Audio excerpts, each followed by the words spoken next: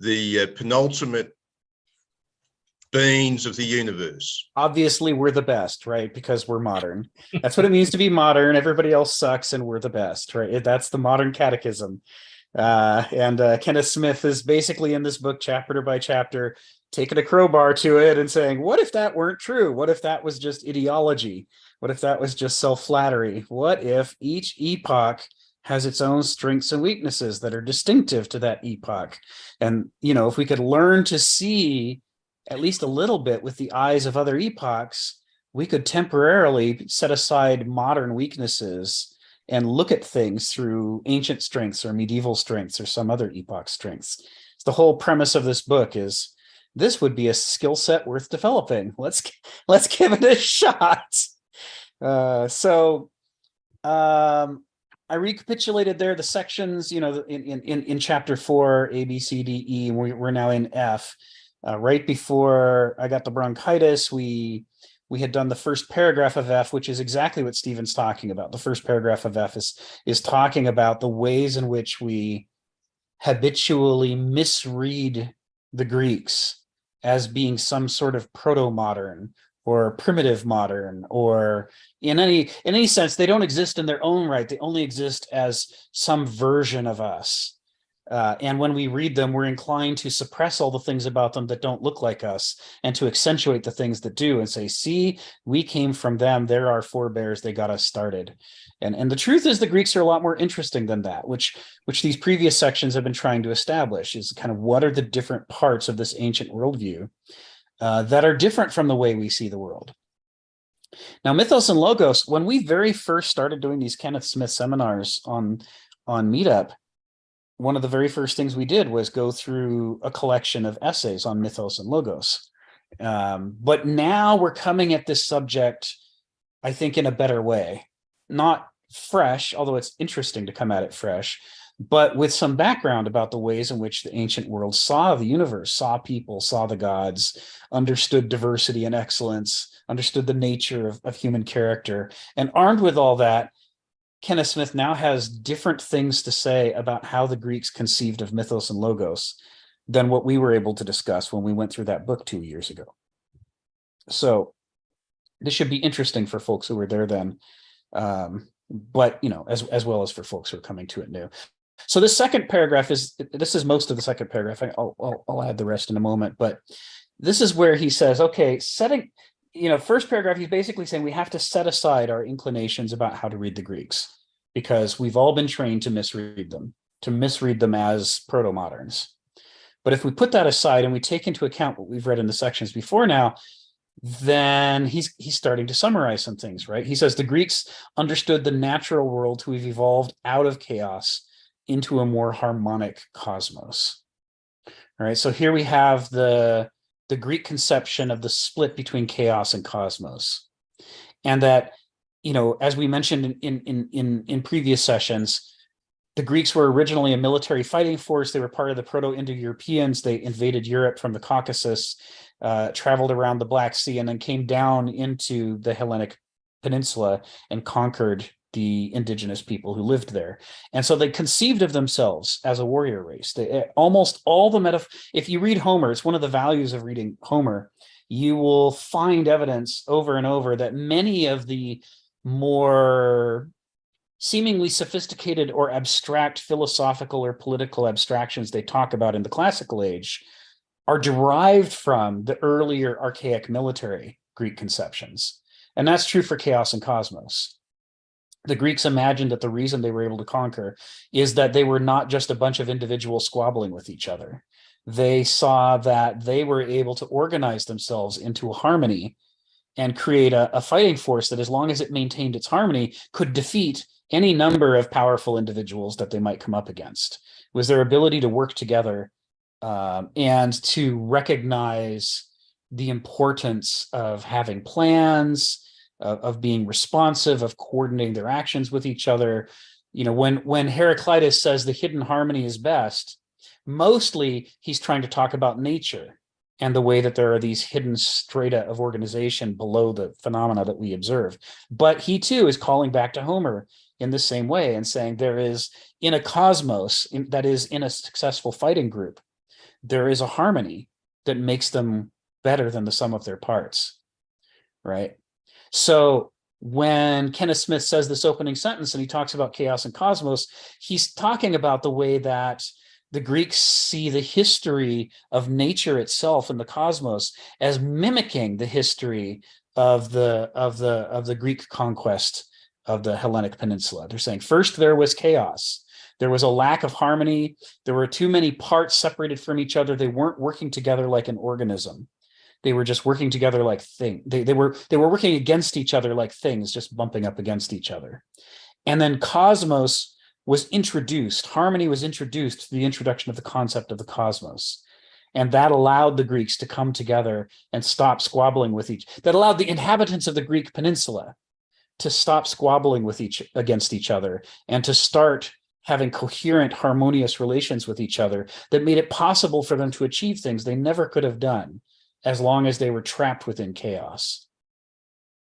This is what he's delving into in this first sentence. There are equations being made between nature and man, and as you'll see in the rest of this paragraph, between the sacred, between the gods, because the Greeks had the same concept of the history of the gods, that the older gods, the Titans, were more chaotic forces, and that what the Olympians bring, who overthrew them and replaced them, is harmony. They bring the power of persuasion. They bring order that allows the divine to act in a more coherent, harmonious fashion, and to therefore create a more harmonious relationship between man and nature as intermediated by the gods.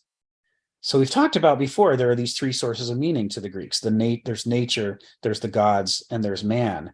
And what we're sort of getting into in this paragraph is this idea that the concept of cosmos arising out of chaos through the development of harmony, and thereby increasing the reach and the power and sophistication. They see that as the history of nature, they see that as the history of the gods, and they see that as the history of man as well. That's all being captured in this paragraph. So let's break here and go for questions. Ginny, you're first. To me, that sort of sounds like Greeks discovered united we stand, divided we blah, blah, blah. It kind of sounds like they discovered, united is harmonious, being harmonious. Anyway. Yeah, that's right. And Nietzsche talks about this in his essay, Homer's Contest. He says one of the most fascinating things about the Greeks is that they stand with a foot in both worlds. They've discovered cosmos. They fully believe in the importance of cosmos, but they're military fighting groups. They also believe in competition. And as long as that competition took the form of conflict, they kept tearing themselves apart in the archaic world, in the Mycenaean world, and so forth, the Bronze Age collapse and so forth. This is Nietzsche's take, is that the classical Greeks looked back on their own history and saw their forebears as being admirable in many ways, but unable to fully reconcile the tension between chaos and cosmos. And in Homer's Contest, Nietzsche says, the great epiphany around the early 700s BC was the realization that conflict could be transmuted into contest, into competition. And thus they launched the Olympian Games and the Nemean Games and the Isthmian Games and the others. And they introduced this whole concept of excellence rather than conquest. And they say, if you want to be a conqueror, you should develop your own excellence and focus on that. And then if the time comes for war, you'll be prepared. But in any event, you'll be finding out who's the best, and you'll be learning from the excellences of others, and you'll be through an agon, through a struggle, you will develop yourself into something better than you would have been. So Sisyphus pushing the boulder up the hill is a myth closely related to the launch of the Olympian Games and the concept of contest instead of conflict as a way to cultivate excellence without destroying ourselves. So yeah, you put your finger right on it. This is Nietzsche's assessment, and I think Kenneth Smith buys this, is that this is one of the critical struggles for the Greeks, is where do they come down on this balance between chaos and cosmos? Because they value them both, and they're trying to figure out how to reconcile them. Donald, go ahead. In any paragraph that mentions Titanic and Olympia, I can't resist the White Star Line's three sister ships, the Titanic, the Olympic, and the Britannic. There was a third order of gods that ruled the earth. According to the British. According to the British. Certainly, yes. Yes. Yeah, that's a, you know, I think most people don't realize that. The Titanic was not just a ship standing by itself. The Brits had themselves, they conceived of themselves as the successors to the ancient world, and they would be the new enlightened empire that would bring wisdom to all of the dark savages across the earth. They would be filled up with British, you know-how and civilization and wisdom, and everything would be better. And of course, as we see the history of the world, it went exactly the way the British expected it to, right? We're all now ruled by the British, and we're all wise and wonderful, and nothing terrible was ever done by British imperialists. There was no propaganda element or self-aggrandizement at all. It was only beautiful and wonderful and good things. You know, it's one of the things that's interesting about whether you're reading British propaganda or ancient Greek propaganda is the understanding that on the one hand, they're trying to rationalize their conquests and make them seem like a good idea. And the challenge is, you know, the conquerors probably feel like it's a better idea than the conquered do. And so how do you thread that needle to try to persuade the majority not to rise up in the night and slit all your throats, right? So they really work hard at the justification. So on the one hand, it starts out as empty propaganda, but on the other hand, if it's not convincing, it's not going to work. And so in the process of developing their theories of propaganda, they begin developing theories of human psychology and development. And we've talked before about the tension that happens in the classical era, where the propaganda starts to have shifted into philosophy and politics that are so good that there are classical writers turning around and looking back at their own ruling class and going, you know, you don't always follow this beautiful, wonderful political rationalization. And if I had to choose between keeping you in defiance of our newly emerging political theories or overthrowing you in order to make my theories, you know, come to life on earth, maybe you should go. That is to say, the propaganda led to its own, you know, the effort to justify the ruling class eventually led to the justification for removing the ruling class. It was a fascinating dialectic that emerged out of the attempt to justify what they did. That ended up developing such a good set of theories that in the end it critiqued whether they were the right people to rule. You see that stuff, you see that in Aristotle. And a lot of modern readers miss this when they read this stuff. They think Aristotle's just patting the Athenians on the head saying Greeks are great, Greeks are wonderful, blah, blah, blah. But no, Aristotle's saying what we should be doing is putting the best on top to rule. And if there are people ruling us and they don't behave like the best, they should be removed and put to their proper station.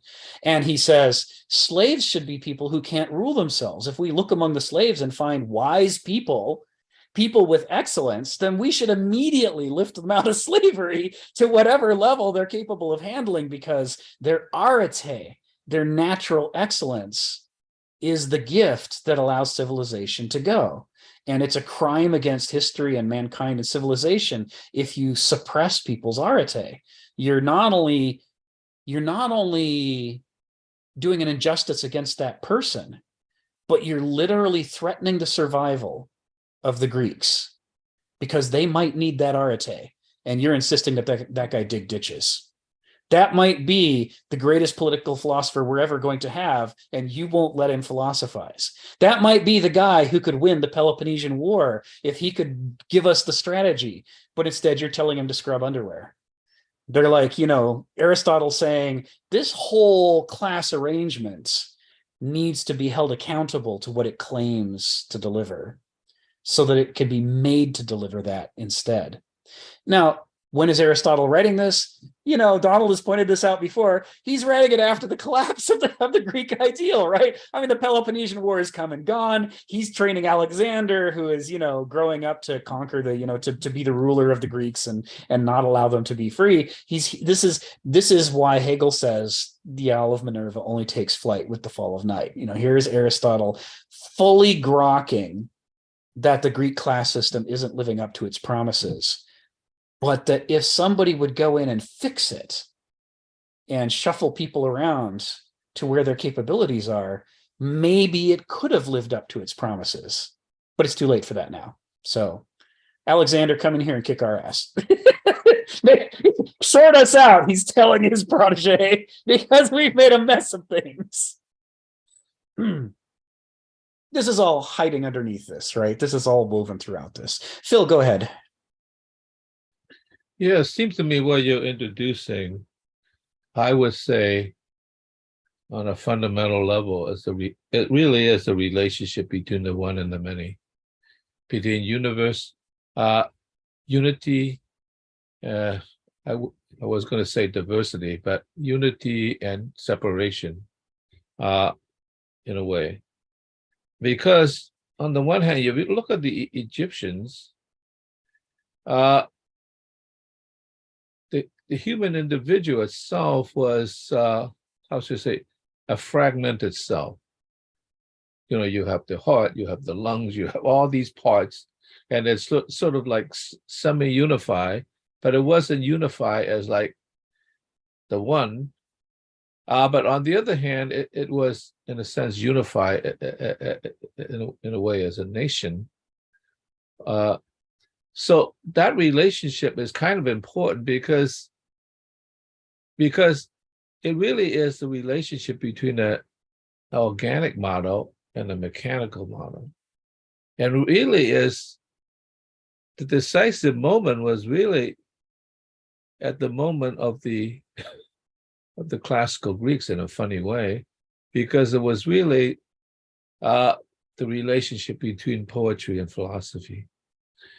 And because whereas poetry is extending the unity into now what you call the cosmos, which is about harmony, about a relationship between the one and the many, in the sense that the many becomes the one, in a sense.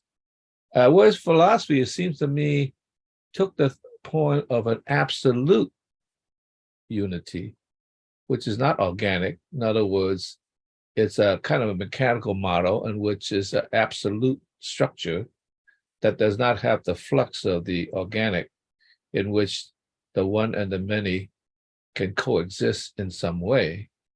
And so that debate still holds, but it seems to me in the moderns had emphasized the unity to such a degree that we have broken down that relationship between, the cosmos, which is about harmony. And one of the questions I want to ask, in a sense, is like the Greeks, in a sense, obviously they had a sense of the self in the sense of the individual, but they also, the self was extended. In other words, there was kind of a blurry line between the self and the community, which was in some sense the human construct of the cosmos in relation to harmony. And to the degree now we have hardened the structure so much that we have cut off to a great degree the relationship of harmony between the self and others, which is part of the self. And so that we have, on the one hand, created a very rigid structure of the cosmos, the universe, in this case, I guess the universe, which is sort of a mechanical universe of Newton. And to the degree that we have separated the self from the many selves, we have become so isolated also. So we have unified in one sense, but we have also divided in a different sense without that sort of harmonic relationship. So each one of us is doing what the hell we want without enough consideration for the organic relationship, because it almost seems like what you're saying is the essence is not in the one, but the relationship between the one and the other. That's actually the self. at least in the Greek way. So that's very interesting because you always have to think about the tension between the singularity and the multiplicity in some sense, right? And how you balance that relationship, in fact, is harmony. Yeah. So Yeah. a very, very different vision of what the moderns are. Even though the unity of the self, in other words, not the Egyptian self where the body has got so many parts, that's an important part that was handed down, but we sort of threw out the other part to a certain degree. Well, we didn't totally. We still have community. It's also interesting that you pointed out that then I asked, like, the one and the many, how many?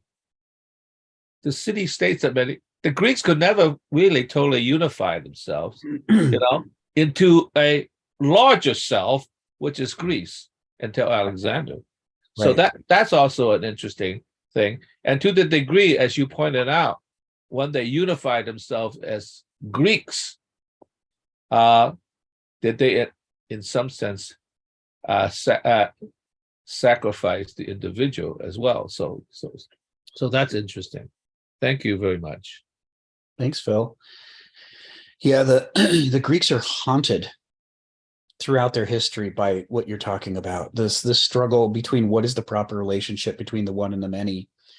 If you take a fiercely individualistic group, and they were, I mean, you can tell from their commitment to contest, right?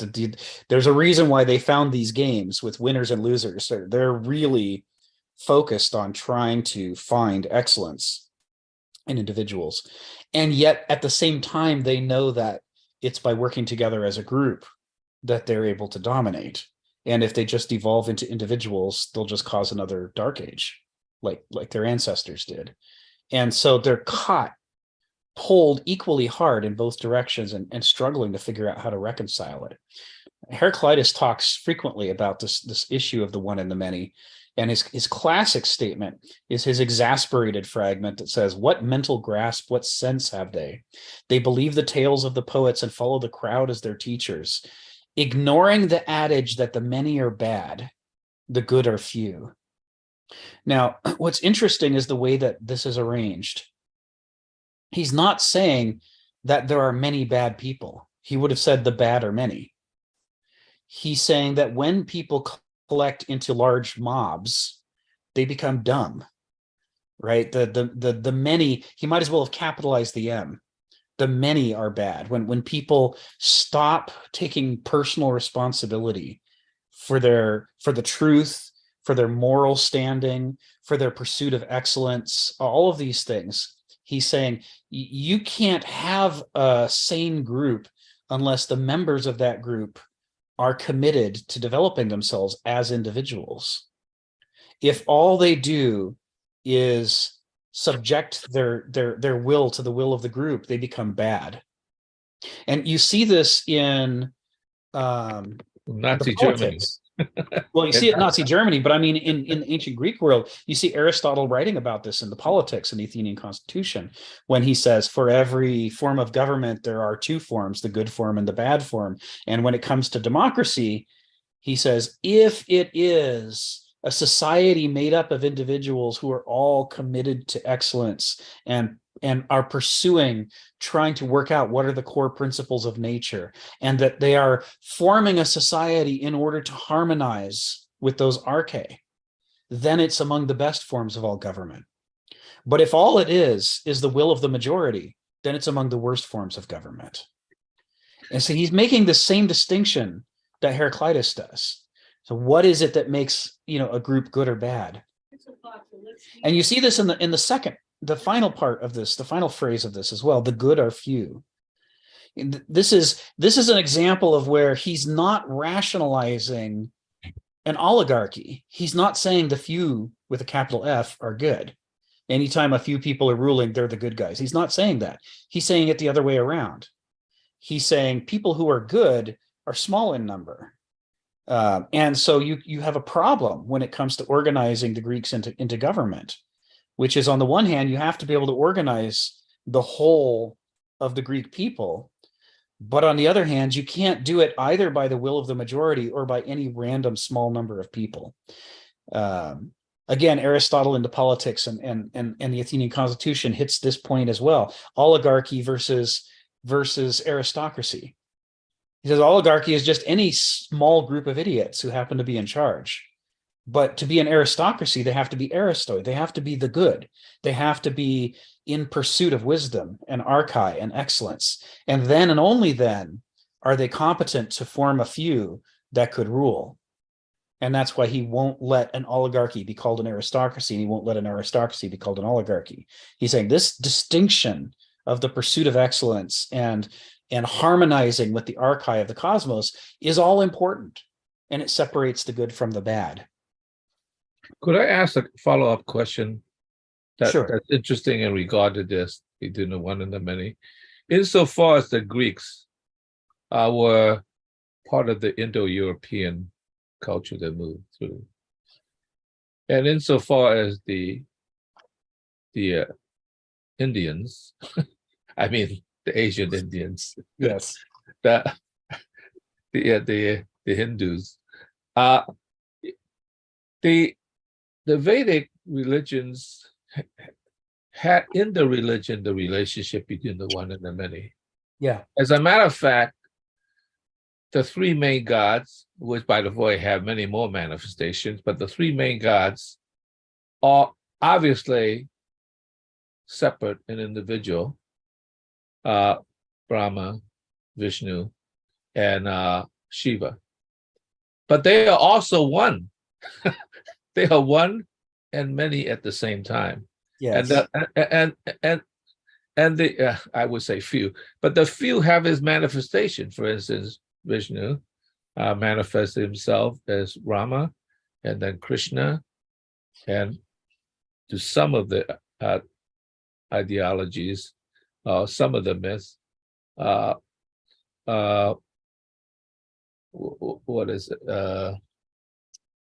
Well, Buddha is the ninth manifestation. So what was it that caused the relationship of the Greeks? They also have many gods, Olympian gods. yeah. But there was definitely a hierarchy. Zeus. Yeah, the one did not become the many. There was many, but the many never really became one. They were just sort of like feuding with each other, and so they weren't. Even in Olympia, they never harmonized. They were a hierarchical structure, in which Zeus was on top. So what created that difference? Because they emerged from the same culture way back. Was there something with the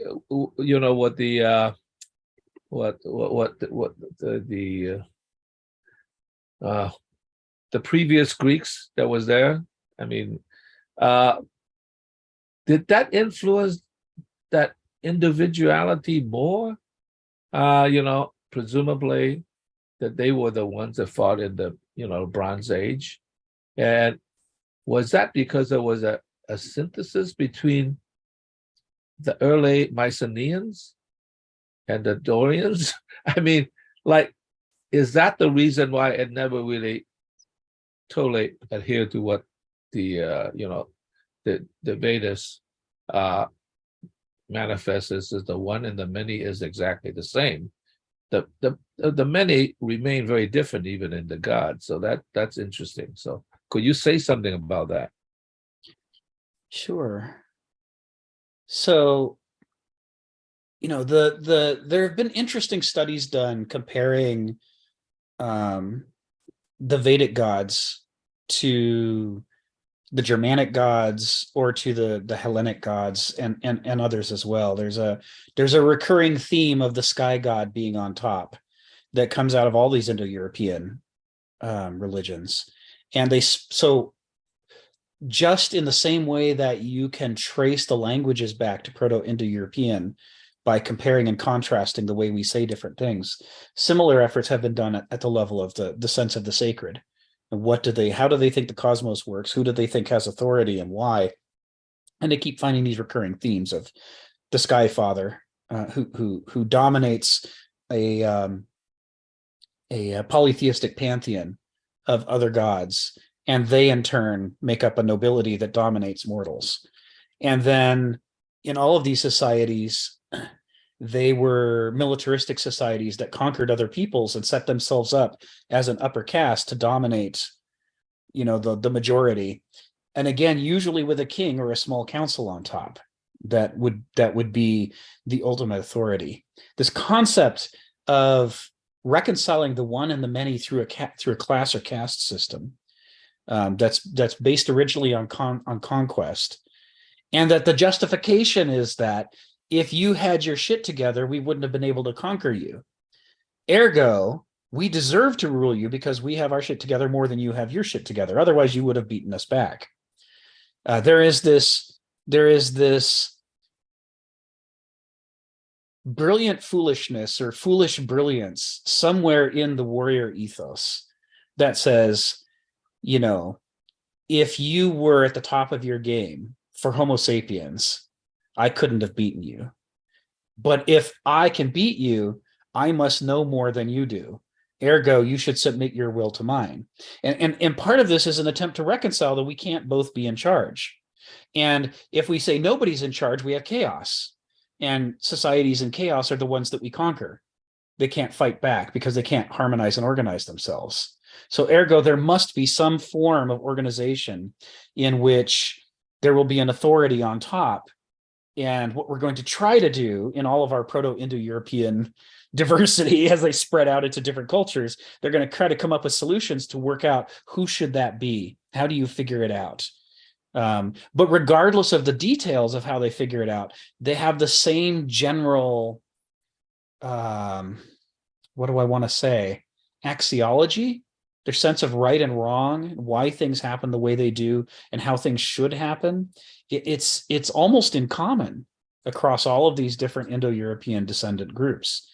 So it clearly comes from, the original Yamnaya folks who set up north of the Black Sea, came out of the Caucasus, set up north of the Black Sea, interbred with the Eastern hunter-gatherers and the ancient North Eurasians, and then they formed the nucleus of the Proto-Indo-Europeans that then went east and west and went conquering and setting up these caste systems wherever they went. If we were to pit Aristotle against that Proto-Indo-European concept of power and authority and right and wrong, he would essentially be saying, you've put the cart before the horse. You've said that because you're in charge, you deserve to be there. And you're half right. What's right is who deserves to be there should be in charge. But that's a very different statement. That's not just acquiescing to whoever happens to be in charge. That's saying we should hold everybody accountable for their quality. And if they've got the qualities that make them justified to be in charge, then and only then they should be in charge. He's basically critiquing the Proto-Indo-Europeans as saying, you conflated cause and effect and said that because you were able to conquer, you must be excellent. But that's only one form of excellence. Looking back after the Greek Dark Age, Aristotle can see that it's possible to be an exceptional conqueror and yet, a brick. Absolutely not worthy at all to govern. The Iliad is full of these people, right? As part of what Homer is doing is illustrating people who have this or that or the other kind of personal excellence, and yet they make the worst decisions and they absolutely should not be in charge. The conflation of I can kick your ass and therefore I am better in all ways. That is where Aristotle is saying the Indo-Europeans as a whole have gone wrong. And that if they could have been wise enough to flip the relationship and say we should be cultivating all the different forms of arete that people have available to them, and then we should study those forms of arete to figure out what leads to good governance. And the people who have those forms of arete should govern the rest of us. He said, then we would have had, something that could have lasted and been an exceptional form of government. But no, we did it the other way around. We only started talking about arete as a justification for the folks who were already in charge for reasons that had nothing to do with them being qualified to be in charge, right? There's so, you know, there's 1,000 years or 2,000 years of critique and history that's going on there. When you study the Yamnaya folks and the Proto-Indo-Europeans, it's sort of shocking to discover how brief that history is. I mean, they don't really start arriving in the Peloponnese and you know, at the Baltic Sea, you know, until about, I don't know, 2000 BCE, which on the one hand seems like a long time ago, until you realize we actually know a fair amount about the Romans and the Greeks and other people 2,000 years ago. If we were writing from their perspective, 2,000 years ago wasn't that long ago. They've still got stories, family stories, tribal stories, religious stories that are, you know, although distorted, still carry a lot of truth about those early ancestors of theirs who invaded Europe from the Caucasus. And so, you know, Aristotle's in a position, and also many of their institutions are still derived from those Proto-Indo-European institutions, just like an enormous amount of Australia or the United States or Great Britain really derives directly from Rome. It's shocking how many things are not changed from the Roman conception of the world. We're basically, you know, Romans who've been first medievalized and then modernized, but, you know, we're still trying to, you know, organize ourselves according to their concepts of the one and the many and so forth. So we'll come back to the themes that you're asking about, Phil, over and over and over, because this is the major theme of the last 2,500 years of European history. This struggle to figure out how the hell is the one and the many supposed to relate to each other. So I'm going to be dropping Heraclitus fragments that most people haven't read, or if they've read them, they only scanned them and scooted past today, because Heraclitus has a lot to say on this subject of the one and the many. And Hegel read all of that and took it into his system. And Kenneth Smith read all of that and took it into his system. So as we read this book, you know, you see a reference to harmony or cosmos or chaos, you know, that Kenneth Smith has written this sentence here. He's got this stuff on his brain. I mean, he's totally thinking about these fragments. He knows these fragments by heart, just like I do.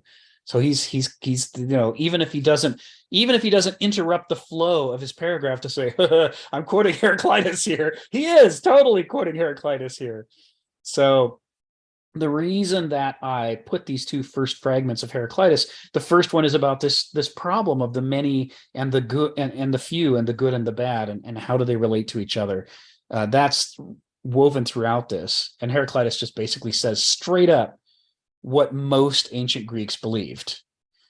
Most ancient Greek philosophers and politicians believed, which is that the many are bad and that there aren't a lot that are good. And then this line about Zeus comes to your issue about the relationship between the Hindu and the Greek. You know, Zeus is linguistically, the name Zeus is related to Vedic deity names as well that correspond to the sky gods and so forth. And you see similar things in this when you start looking at Dionysus, whose name means the new god. Dio is related to Zeus, which is related to Tyr or Tyr, or, you know, these Germanic gods, their names are related to Zeus, which is related to these Vedic gods and so forth. We're going to come back to this issue of Zeus because, let's see, I'm going to drop one more that kind of helps to knit these two together right before I, no, I guess I'll pick it up later. But he talks a lot about this issue of the reason that Zeus is in charge of the Olympian gods is that because Zeus's special domain, his archive that he's all about, is authority. And authority is the Indo-European solution to the problem of the one and the many. That there must be an authority that unites us. Whether that authority is the law, or whether it's the will of one person, or what have you, that the belief is that the way you create a harmony is by having a shared authority that the many recognize and that they're willing to fight for in order to stay in harmonious relation to each other. This theme comes up in Heraclitus over and over and over in different ways. And once you see it in Heraclitus, you start to see it everywhere in Aristotle as well. Stephen and then Donald. Go ahead, Stephen. I was thinking on the theme of Oedipus again. And I was just thinking of the era that was there, that early phase where there was a widespread sea trade going on, and there were various peoples. There were Semitic peoples like the Phoenicians and blah, blah, blah. But imagine you're in Phoenicia and you're very happy with, your Egyptians and Babylonians. And then you're told the Greeks are coming to town. Uh-huh. Everybody would, lock their doors, bar up their daughters, and the Greeks would come in swaggering along saying, we are favoured of the gods, sort of like the master race, and we'll come and if we don't like your drinks, we'll throw them back in your face, we'll smash a few things and then pay us for the trouble. Now, I look at Oedipus, and the impression I get about that is that he acts rashly. He gets a message. He doesn't really soak it in.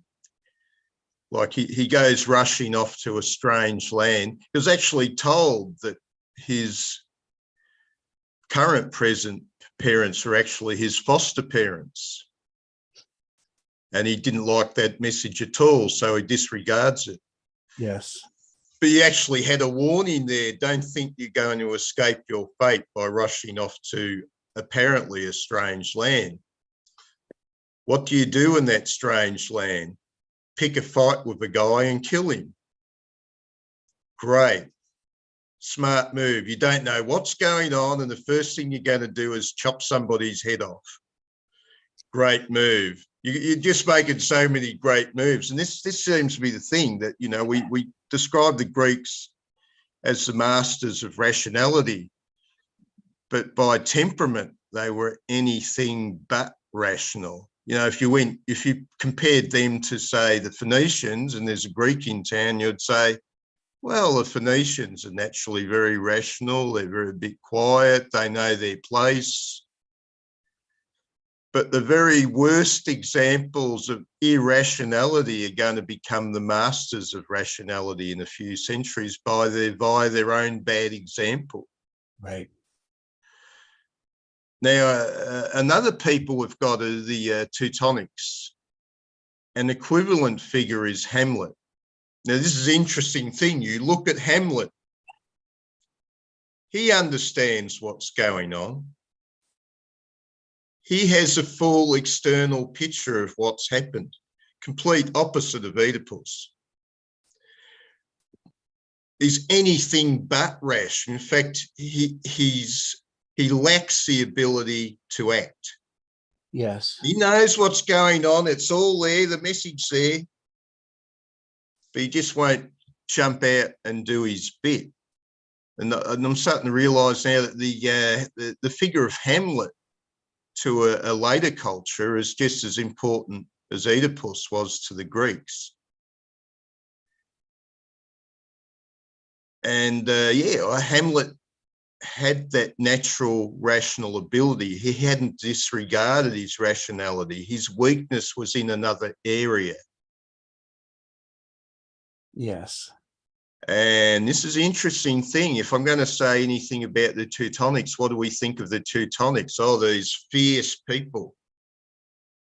What do we see in Hamlet as he starts out? This is literally in the original Danish tale. He's a coward. He's scared. He has to rise to courage. Right. In the ancient Greeks, it was naturally there. They were cowboys. They were coming into that Phoenician town and they were going to tear the place apart just to prove that they're Greeks. But not Hamlet. He doesn't start out that way. He has to rise to that sort of vigor of courage. He's afraid of doing the wrong thing. Yeah. Yeah. Thank you for that. That's an excellent example. I'm trying to remember who it was. Maybe it was Gilbert Murray, who talks about the way that the Homeric Greeks longed to be sackers of cities. They wanted that title. They wanted to be called. Each hero wanted to be the one who would be called the sacker of cities, to be an individual with so much prowess that you could tear down a whole city through your own prowess alone. You can see some of that in the Iliad with the way that Achilles is a sacker of cities. He's got the power to defeat the Trojans, but Agamemnon wants everybody to treat him as in charge, as the sacker of cities. And so he conspicuously tramples Achilles' honor publicly, repeatedly, in order to try to push Achilles down and raise himself up. And by doing that, he pisses off Achilles, and to the point that Achilles withholds his divine power of actually being a sacker of cities. And now Agamemnon can't win. This is the tug of war among the gods for which side is going to win. Part of the way that this tug of war works is how awry will Agamemnon's leadership go, such that in his vanity he offends and cuts off the real power of the Greeks, which is in Achilles. One of the assessments about what happened with the Bronze Age collapse and who were the sea peoples who trashed all of the Bronze Age civilization around the rim of the Mediterranean. Who did that? And nobody entirely is sure to this day, but there are strong arguments to be made that that was what happened, that the Trojan War is a single paradigmatic example in epic form of what went wrong with the Greeks at the end of the Bronze Age, that they all wanted to be sackers of cities. And so they became roving bands of pirates and brigands who were so militarily terrifying that they were able to rip apart civilizations all along the rim of the Mediterranean, finally culminating in there not being any left to rip apart.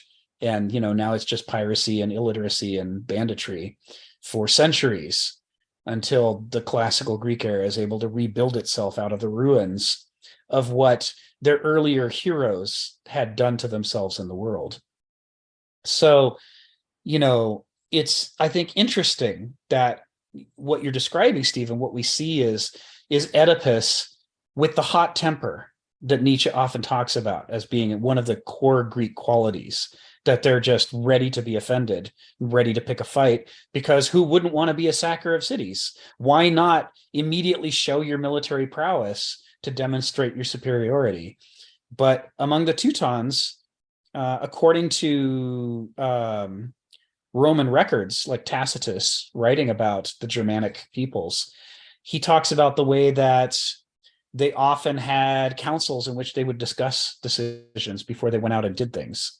And women, for example, were allowed to speak in those councils, which the Romans found baffling, which is why Tacitus and others write about it. They're like, how come they don't just shut up and stay at home like our women do and berate us in private? Why do they come out and speak openly? And these are weird barbarians who are inscrutable to us and obviously must be conquered right away. But this idea that there would be a debate and discussion before you go to war, and that you would decide as a group if you were going to do it or not do it, is something we see Tacitus writing about. And I wonder if there's some of that in the Dane Hamlet, with this whole "do I dare to act?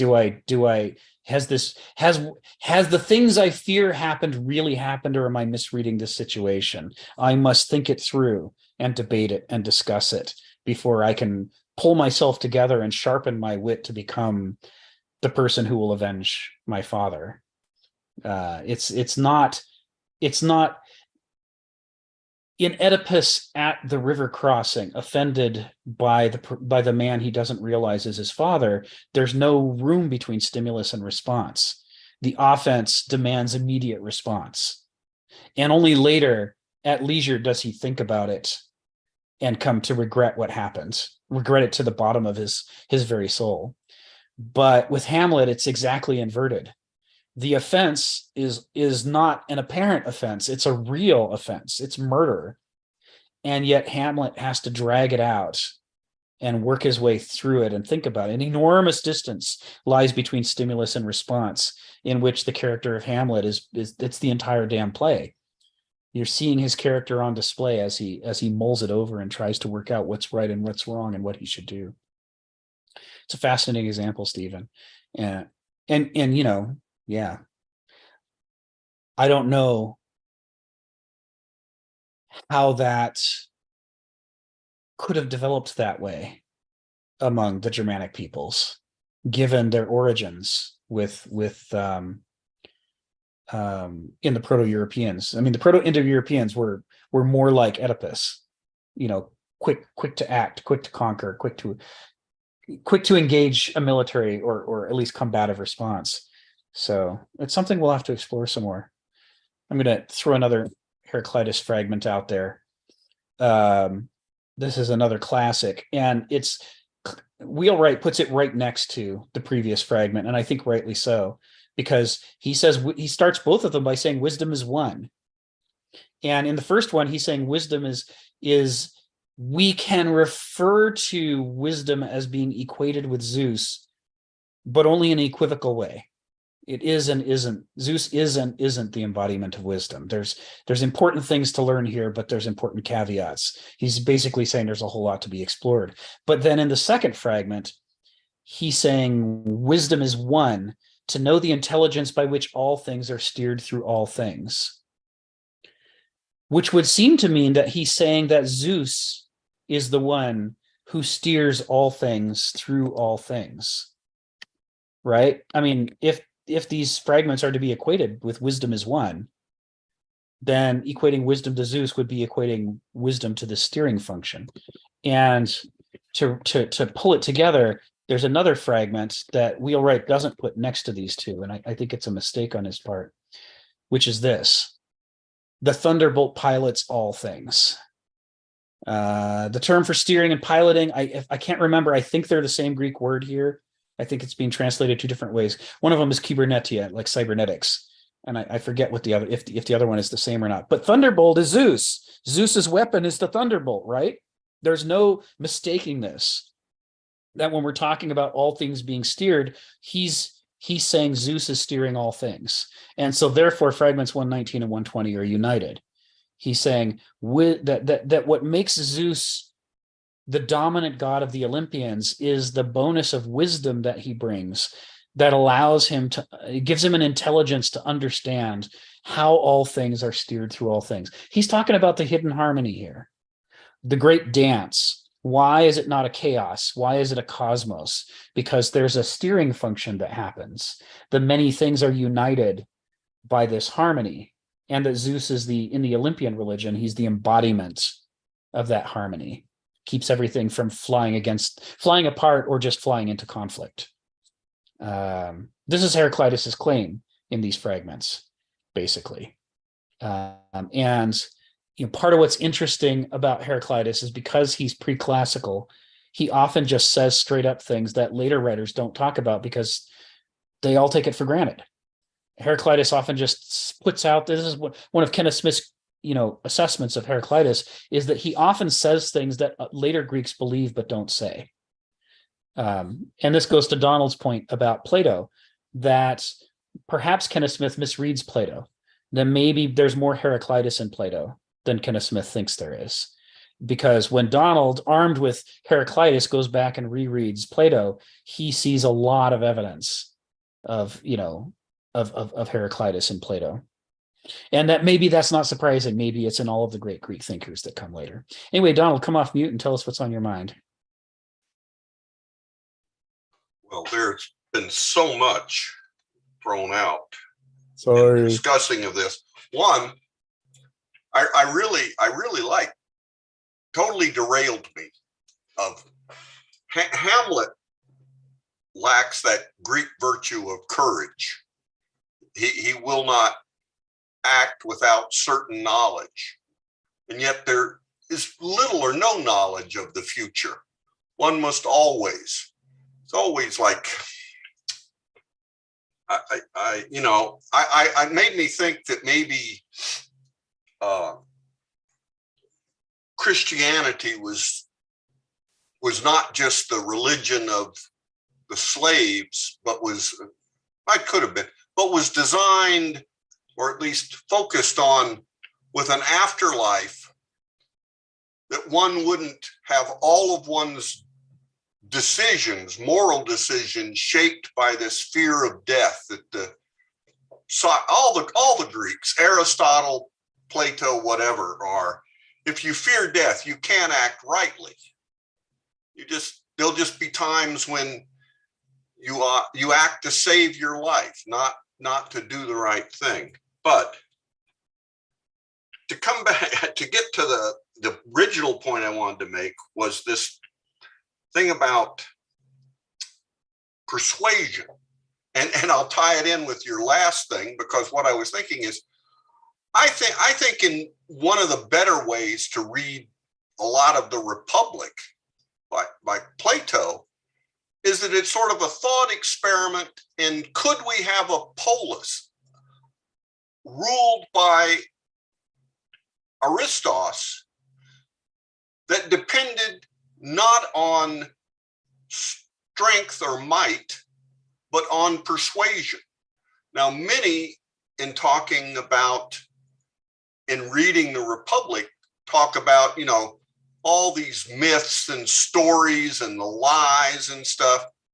But I think in many ways, they're a way to, how do you convince the plumber that this guy should really rule? How do you convince the merchant that he's better off not ruling, but being managed well by someone else? And there's the so-called noble lie of the 3 types of men that form the classes. There's all this, but I think there's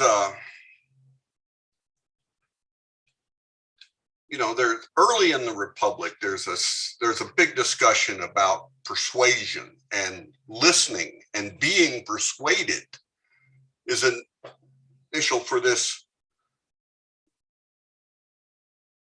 not force, for getting people to do things. It just has to do with how it's just a conversation that they want Socrates, come visit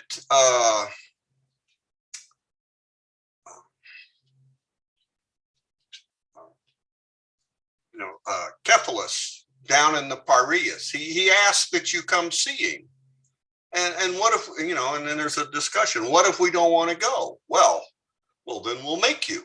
Well, then it's not really an invitation, but it's kind of like, well, could we get to persuasion? Could we make persuasion the basis of shaping human action? I think the guy that's presenting this is named as Polemicus, that is the archon of war, the head of the polemarch. But so there's some irony there, but I do think that there is some Greeks. I think Aristotle had some of the same, that an aristocracy is good, but the iron fist is not the way you form it. If you're really that aristic personality or person with truth and eloquence, you can generate a sufficient persuasion. Of course, you also have to educate people into being persuaded. And then all the talk about the Peloponnesian War. Are you suggesting that when Agamemnon got his army to Troy, he should have just said, oh shit, Hector's a better guy than any of us. We either Right. He gets to keep Helen and we go home, and he can rule Greece from here because we suck by comparison. right. I'm just thinking, maybe there's a really big, obvious lesson there that I've missed for a long time. And it makes sense that as moderns, we would miss it, right? I mean, Right. Couldn't be that the Greeks could actually mean that, could it? Yeah, well, I think in some ways that's the overall moral of the Iliad is that the Greeks don't come out that well, you know, just like you keep saying.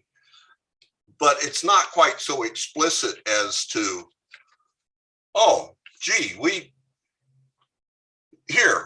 pledge allegiance to Hector. You're organizing the polis. Of course, it means a lot of people that maybe don't want to listen have to be educated to understand what it means when, well, you know, the guy just knows more than I do, or he's better at whatever. I would say personally in my career, I appreciate it when I have a good manager. Makes my job easier, better. It's kind of a thing. It's like, it's different from saying, I want to be the boss all the time, or you're not the boss. But when you recognize those qualities and know what qualities to look for in someone else, and then say, oh, you know, my life would be better if I just paid more attention and was more easily persuaded. Enough. But thanks, Steve, for all that stuff on Hamlet. You know, he's not, to me, an admirable character. He's very modern. Maybe if he had really believed in an afterlife or something, I don't know. It's not Christian, that thing. He's sort of a whatever. And he's not a Greek that while there is no afterlife, still has no fear. It's not paralyzed by fear. From a history of the Danes, the original work was in Latin, which is why Shakespeare could take advantage of it.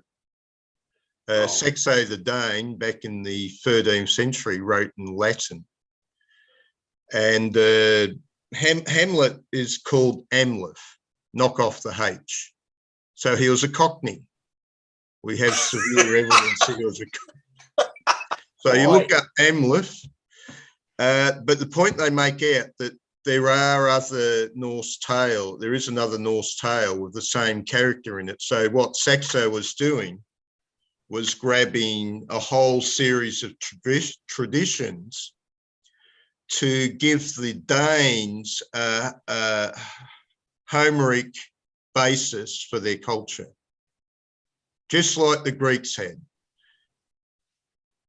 You imagine you're in the Catholic Church and they're all prattling on about Homer and all that. And what have the Danes got? Saxo figured, I've got to make something for the Danes that can stand up there. Well, thank you, Stephen. And thank you, Donald. All right, we've got some interesting comments in the thread, and we'll come to those. We've got hands up though, Phil and JK, and before that, I'm just going to throw one more Heraclitus fragment that ties them all together. Of those whose discourses I have heard, there is not one who attains to the realization that wisdom stands apart from all else.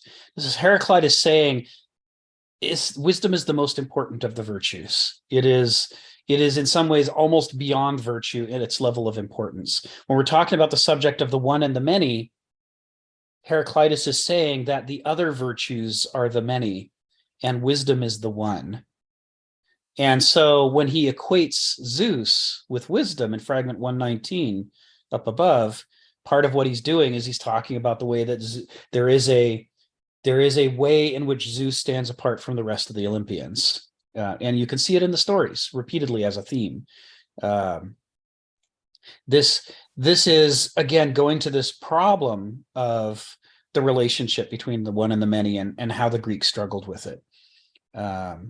So you know, Zelig's points in the chat are well taken, right? That the Greeks believed that someone with a slavish personality, what made them be a slavish personality is that they had no respect for the truth, for wisdom, that they were too obsessed with their own desires, their own experiences, their own needs. And so you couldn't trust them to have a compassionate or cosmopolitan attitude. The belief was that a slave would say whatever because of their slavish character. And again, this is talking about their rationalization, not about truth or false, right? But from the ancient Greek perspective, the belief was that you couldn't trust a slavish person's testimony in court because they would say whatever they thought you wanted to hear, or they would say whatever pleased them. But in neither case would they say the truth, because the truth had no value for them. And that's what made them slavish. But here, as we see Aristotle's critique that the Greeks are conflating cause and effect, right? Just because somebody has a slavish personality does not mean that the Greek caste system has made them a slave. They might be the ruler. It might be the ruler that has the slavish personality and really shouldn't deserve to rule according to the Greek conception of castes. Aristotle is saying you make all these claims about what each class consists of, but when we actually look at who's in the classes, the Greeks have screwed it up. And they have slavish people in charge. They have aristoi as slaves, and higgledy-piggledy, everybody's all mixed up, and this thing is not working. This is part of why whenever we're reading what a Greek has to say about character or about class, we always have to read it with, amphibious vision to be able to see the difference between which part is the propaganda, which part is the theory about how things should work, and are they claiming that reality works according to the way it should work, or are they critiquing reality for not working the way that it should work, like Aristotle was doing later on? I was just going to point out something which is I've wondered about. Julius Caesar, when he was a priest of Jupiter, was not allowed a military command. Priests of Jupiter couldn't join the army. That struck me as very curious. Yeah, right, because they're supposed to be using persuasion and wisdom, not force.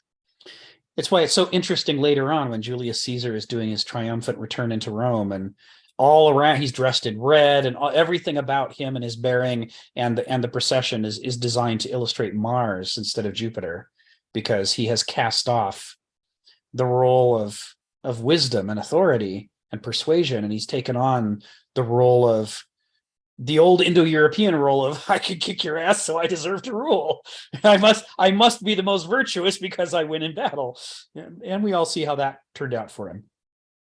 Phil and then JK. Go ahead, Phil. Come off mute and tell us what's on your mind. Yeah. Thank you for, particularly for what Donald said about managers, about wisdom and all that. I do have a problem with this in this sense, okay? Not that I disagree, but this really points out to the ideals and its manifestation, in actuality, which is actually the fundamental problem of the ontological difference. How do you manifest that? I'm not going to disagree that wisdom should be in the top of the chain because I'm thinking, back in the classical period, why did Pericles arise to the top when there were a lot of people who had incredible, excellent skills, arate, right? Shipbuilders, as an example. They were just incredibly good at what they did. Could it possibly be that a shipbuilder would rise to the top? Or was he oppressed by the system that did not allow his virtue to rise to the top? So I'm just pointing that as an example.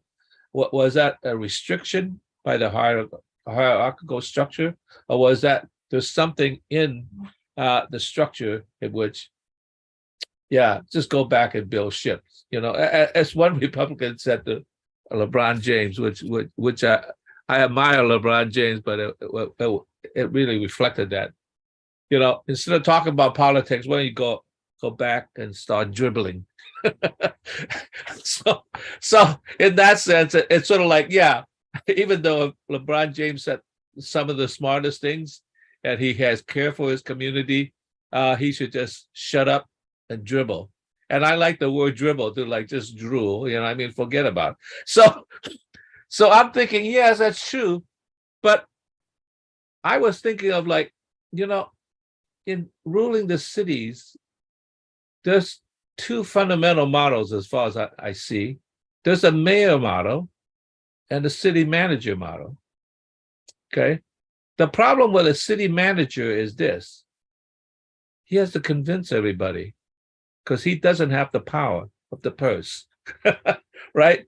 The actuality actually requires the power, which is what Theodore Roosevelt talked about. We need the gunboat diplomacy in order to actualize it in its manifestation. You could have the greatest idea. Part of the reason is because in the crowd, there are not only lots of people who will disagree with your managing style, your wisdom, but there's a lot of people who can never understand, right?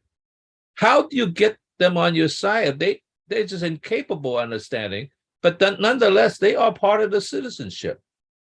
They are part of the many that you're supposed to rule. So Zeus, maybe he is a manager that convinces people, but he does have the thunderbolt, right?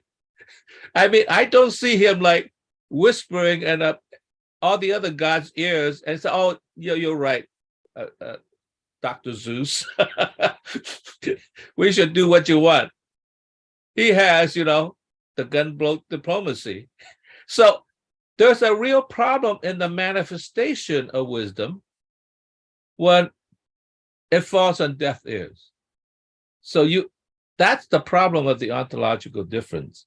How do you have these good ideas and have it manifest when all you have to do, when all you are is as some people would say, is a talking head, right? So I'm just sort of thinking like, yeah, there's a funny tightrope you have to walk between when and where and how you should use your thunderbolt.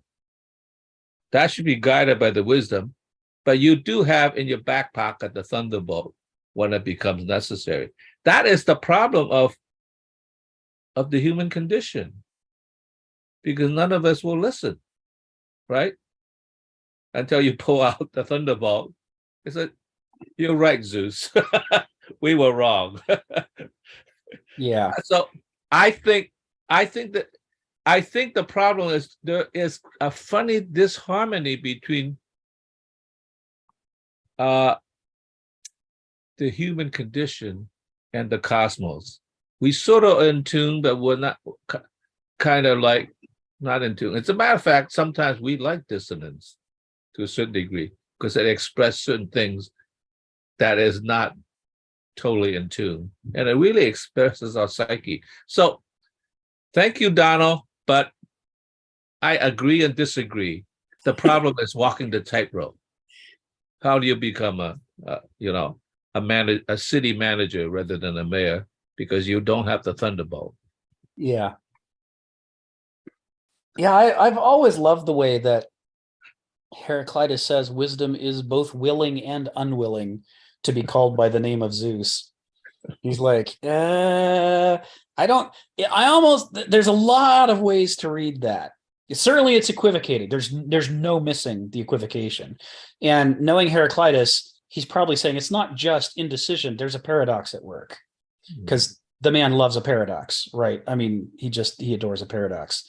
So, trying to explain the relationship between wisdom and authority, Heraclitus resorts to a paradox and says they're linked, but also not linked.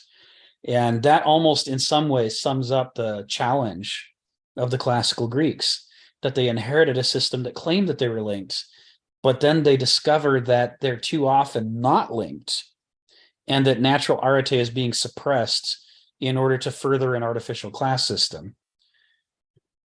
But then the critique is, but they ought to be linked, even though they are not linked, because we'd live in a better world if decisions about, the making of ships was not put in the hands of anyone except the master ship makers, because who knows better than they do how ships should be made? But that same person should not be in charge of medicine, because what the hell does he know about medicine? So this problem of governance of finite people. Because we're finite, no one person can have every arete. You can't even have very many arete. If you work really hard, you could have one or maybe two or three, maybe, but you're not going to get any further than that. And the sum total of arete required to govern a culture properly, it's a huge array of things. How do you properly organize people so that the right decisions are made by the right people? And I feel like, both Heraclitus and Aristotle and others are saying, wow, we do not have this figured out. We can sort of see roughly how it should go, but we can also see that that's not how we're doing things. And that's a big fat problem. Regarding your question about who has permission to govern, could the shipwright govern?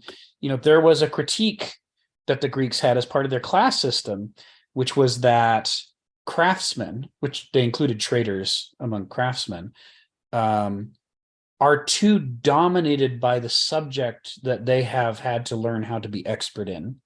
Heraclitus says, it is weariness to keep toiling at the same things so that one becomes ruled by them. The belief was that a sculptor or stone carver like Socrates, his mind is bent by his relentless stone carving until he sees the world in a stone carving way. It's the man with the hammer problem. This is how they used to express it. And they said, therefore, these are not people who are well cultivated to govern because they lack the cosmopolitan perspective that would be required for good governance. You have to have access to a lot of arete and an understanding that your own worldview is too limited for you to be calling all the shots.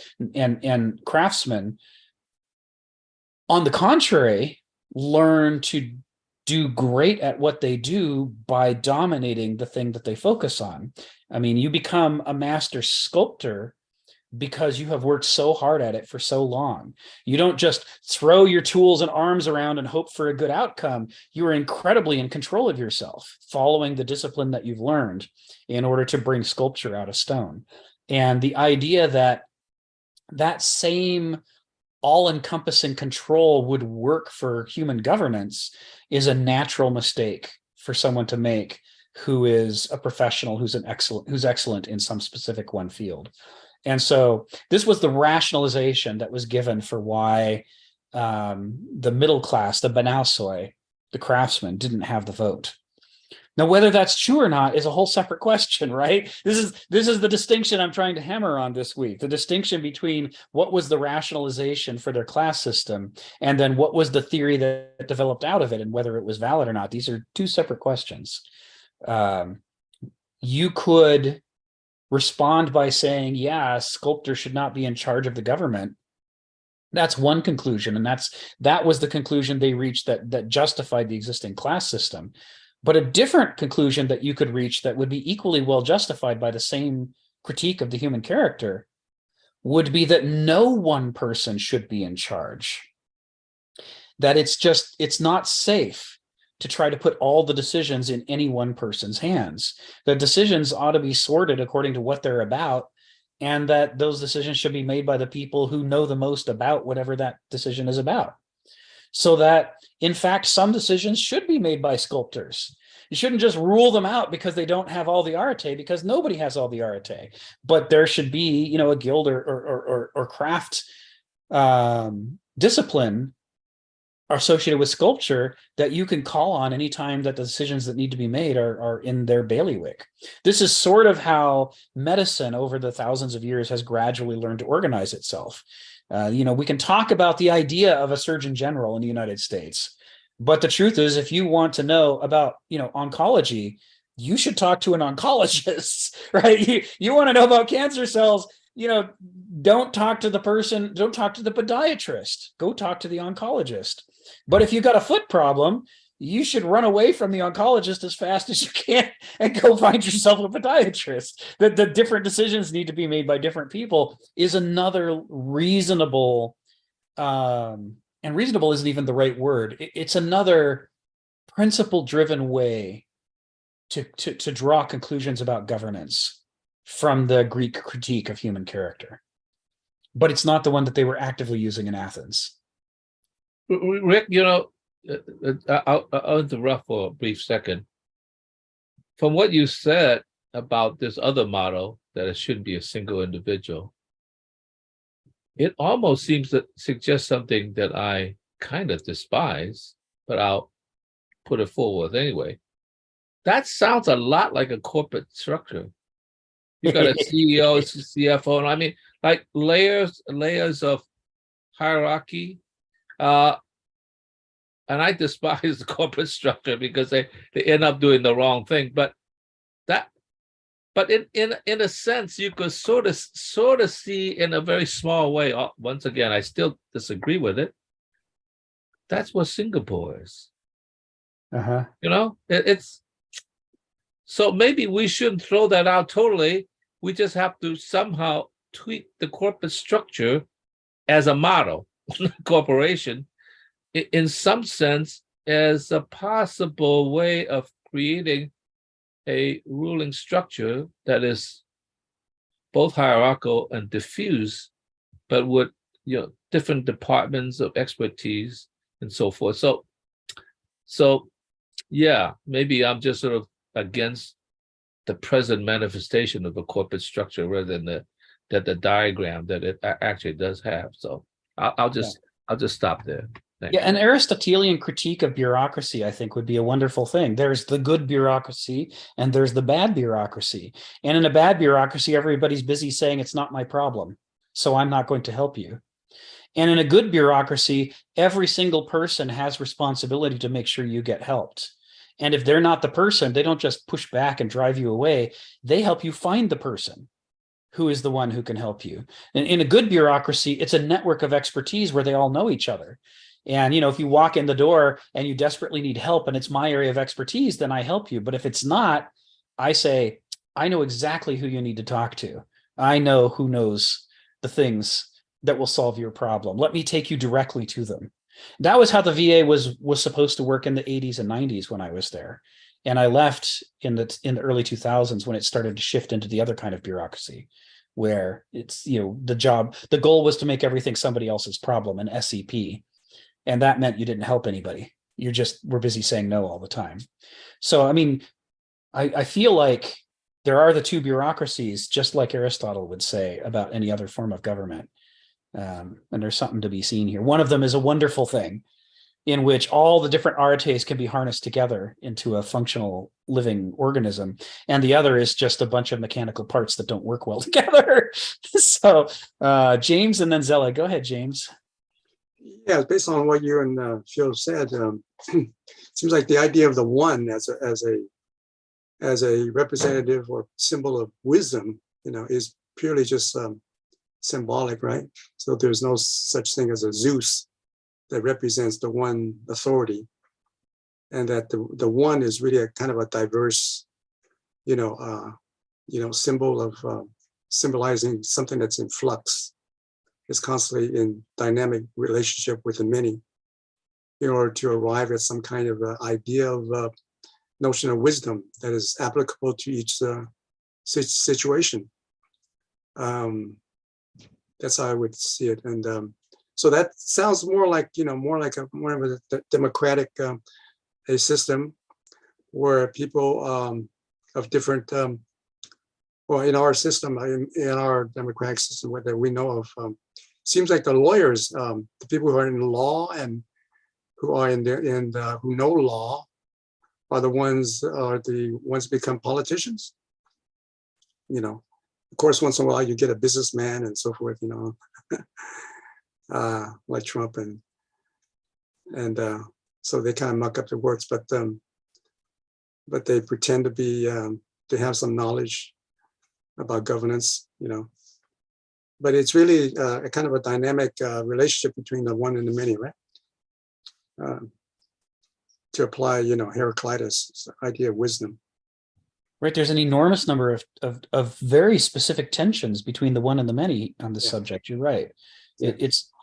And what's interesting about it is that they're not unimportant, vague, arm-wavy tensions. They literally affect our lives in a multitude of specific ways when we get this wrong. When we when we go to the one, when we should have gone to the many, when we go to the many, when we should have gone to the one, all the different kinds of ways that this can be screwed up are things that in our actual everyday lives are major problems facing, you know, the future of civilization on this planet. We're wrestling with the same fundamental problems the Greeks were wrestling with. And, you know, you look at fragment 84, this is Heraclitus again, another one that's not quoted very often. He says, to me, one man is worth 10,000 if he's first rate. This is, again, talking about the distinction between the one and the many. It's like somebody who knows that they should be developing their arete, right, is rare and special. You see one of these,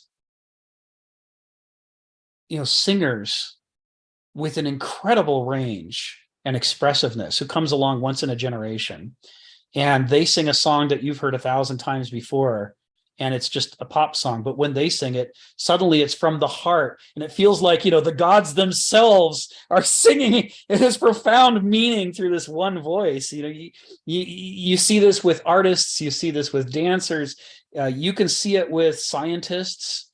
The development of arete makes somebody stand out in a way that's really special.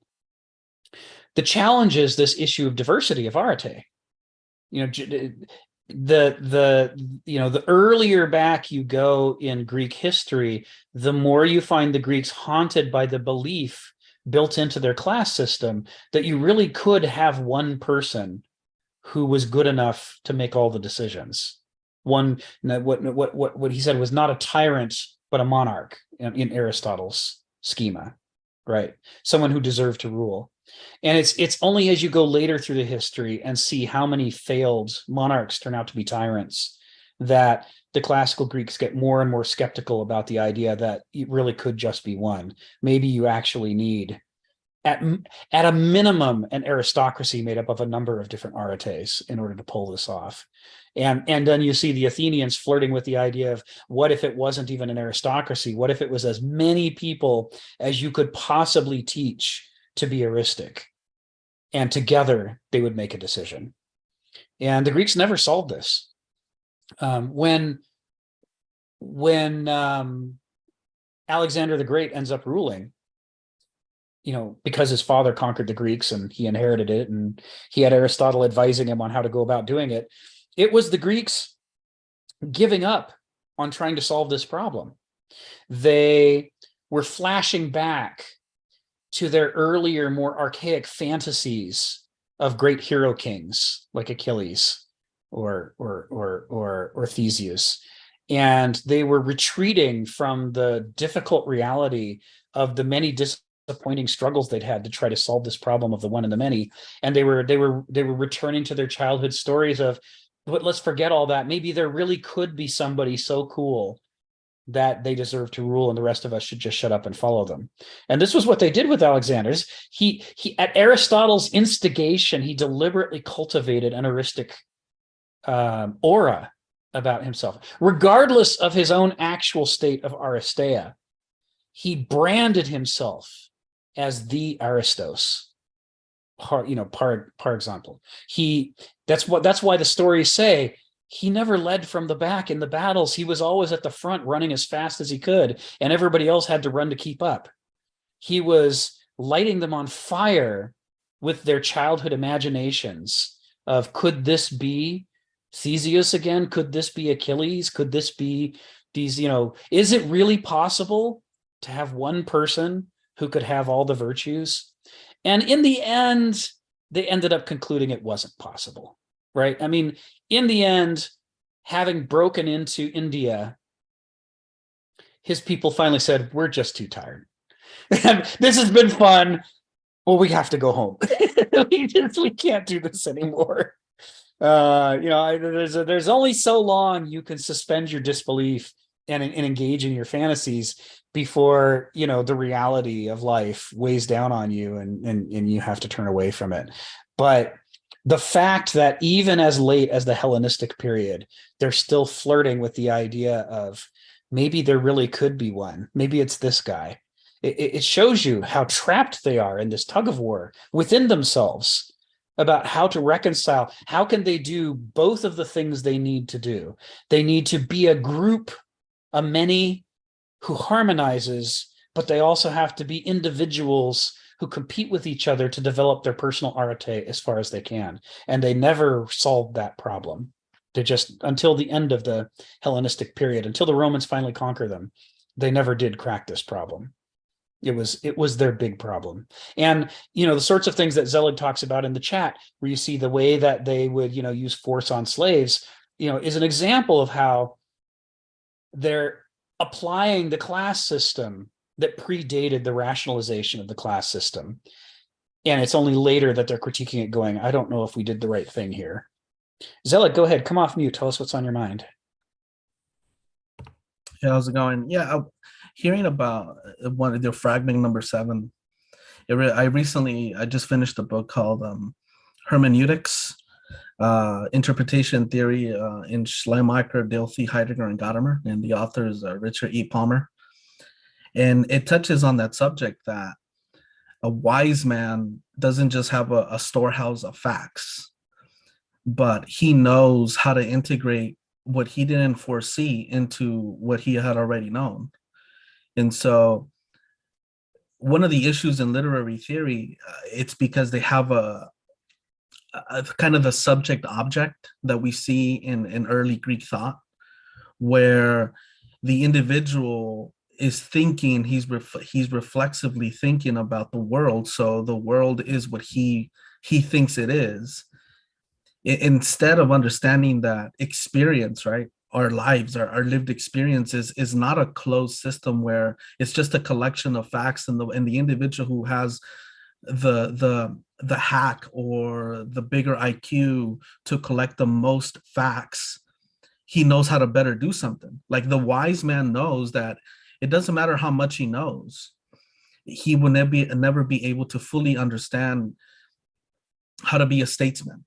Or a craft, someone that molds something for a living, and I think that's the difference between what is a wise man, right? A wise man learns how to deal with the unforeseen. So I think the Greeks, because their worldview, they had that the world was either, you look at it from the Platonic perspective, that the underlying world was ideas, and that the philosopher king who understood this world of ideas was better able to be the ruler because he understood the fundamental structures, and therefore he can perceive everything, and he can avoid all the problems because he knew how the world really was.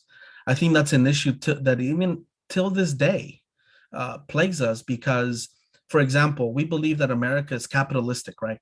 And so we believe that a man who is a businessman, for example, who knows the business, then he is able to better guide a country that is underneath everything, a capitalist system. Well, it doesn't mean that because he's a businessman, he knows everything about business. And so I think it's the desire for man to try to control reality and say, we know all of it.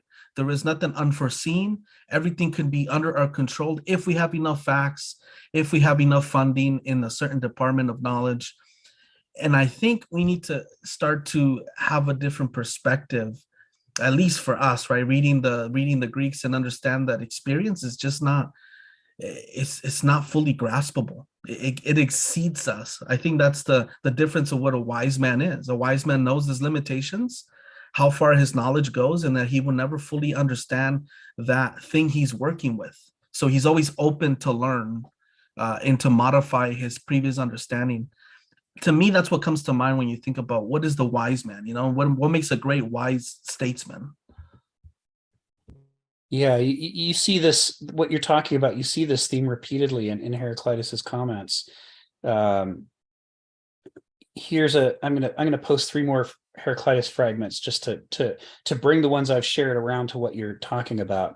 And the first is, this is compatible with the idea that wisdom, requires understanding how all things are steered through all things. It means that you've got to heed the nature of things, how they actually are.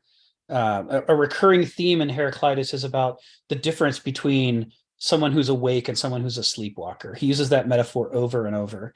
And he says the problem is that a sleepwalker is trying to interact with the world using their own private intelligence, their private understanding of the world, which is the dream that they're having. And the result is that they can't harmonize with each other because they're all having separate dreams. He says men should be guided by what's common to all. It should be the shared reality that's guiding us, the shared intelligence of the cosmos itself, not our private intelligences of our various sleepwalking dreams.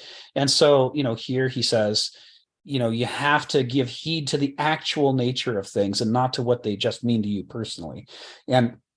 And that if you do that, it puts you in a position to be able to speak and act the truth instead of just to speak and act a fantasy.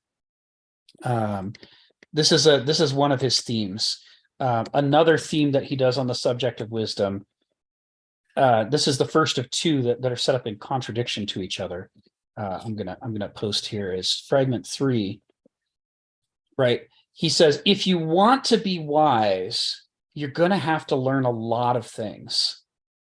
Now, this follows from the other fragments, right? If you're going to give heed to the nature of things, you have to learn what the nature of things are. And if wisdom has to do with knowing how all things are steered through all things, you end up having to learn all things. You have to learn a lot of things in order to start to see the patterns that underlie them. But, and this is where a lot of people who are interested in Heraclitus don't make this point. In direct contradiction, he says this: much learning does not teach understanding. He says, you can't become wise by learning a lot of things.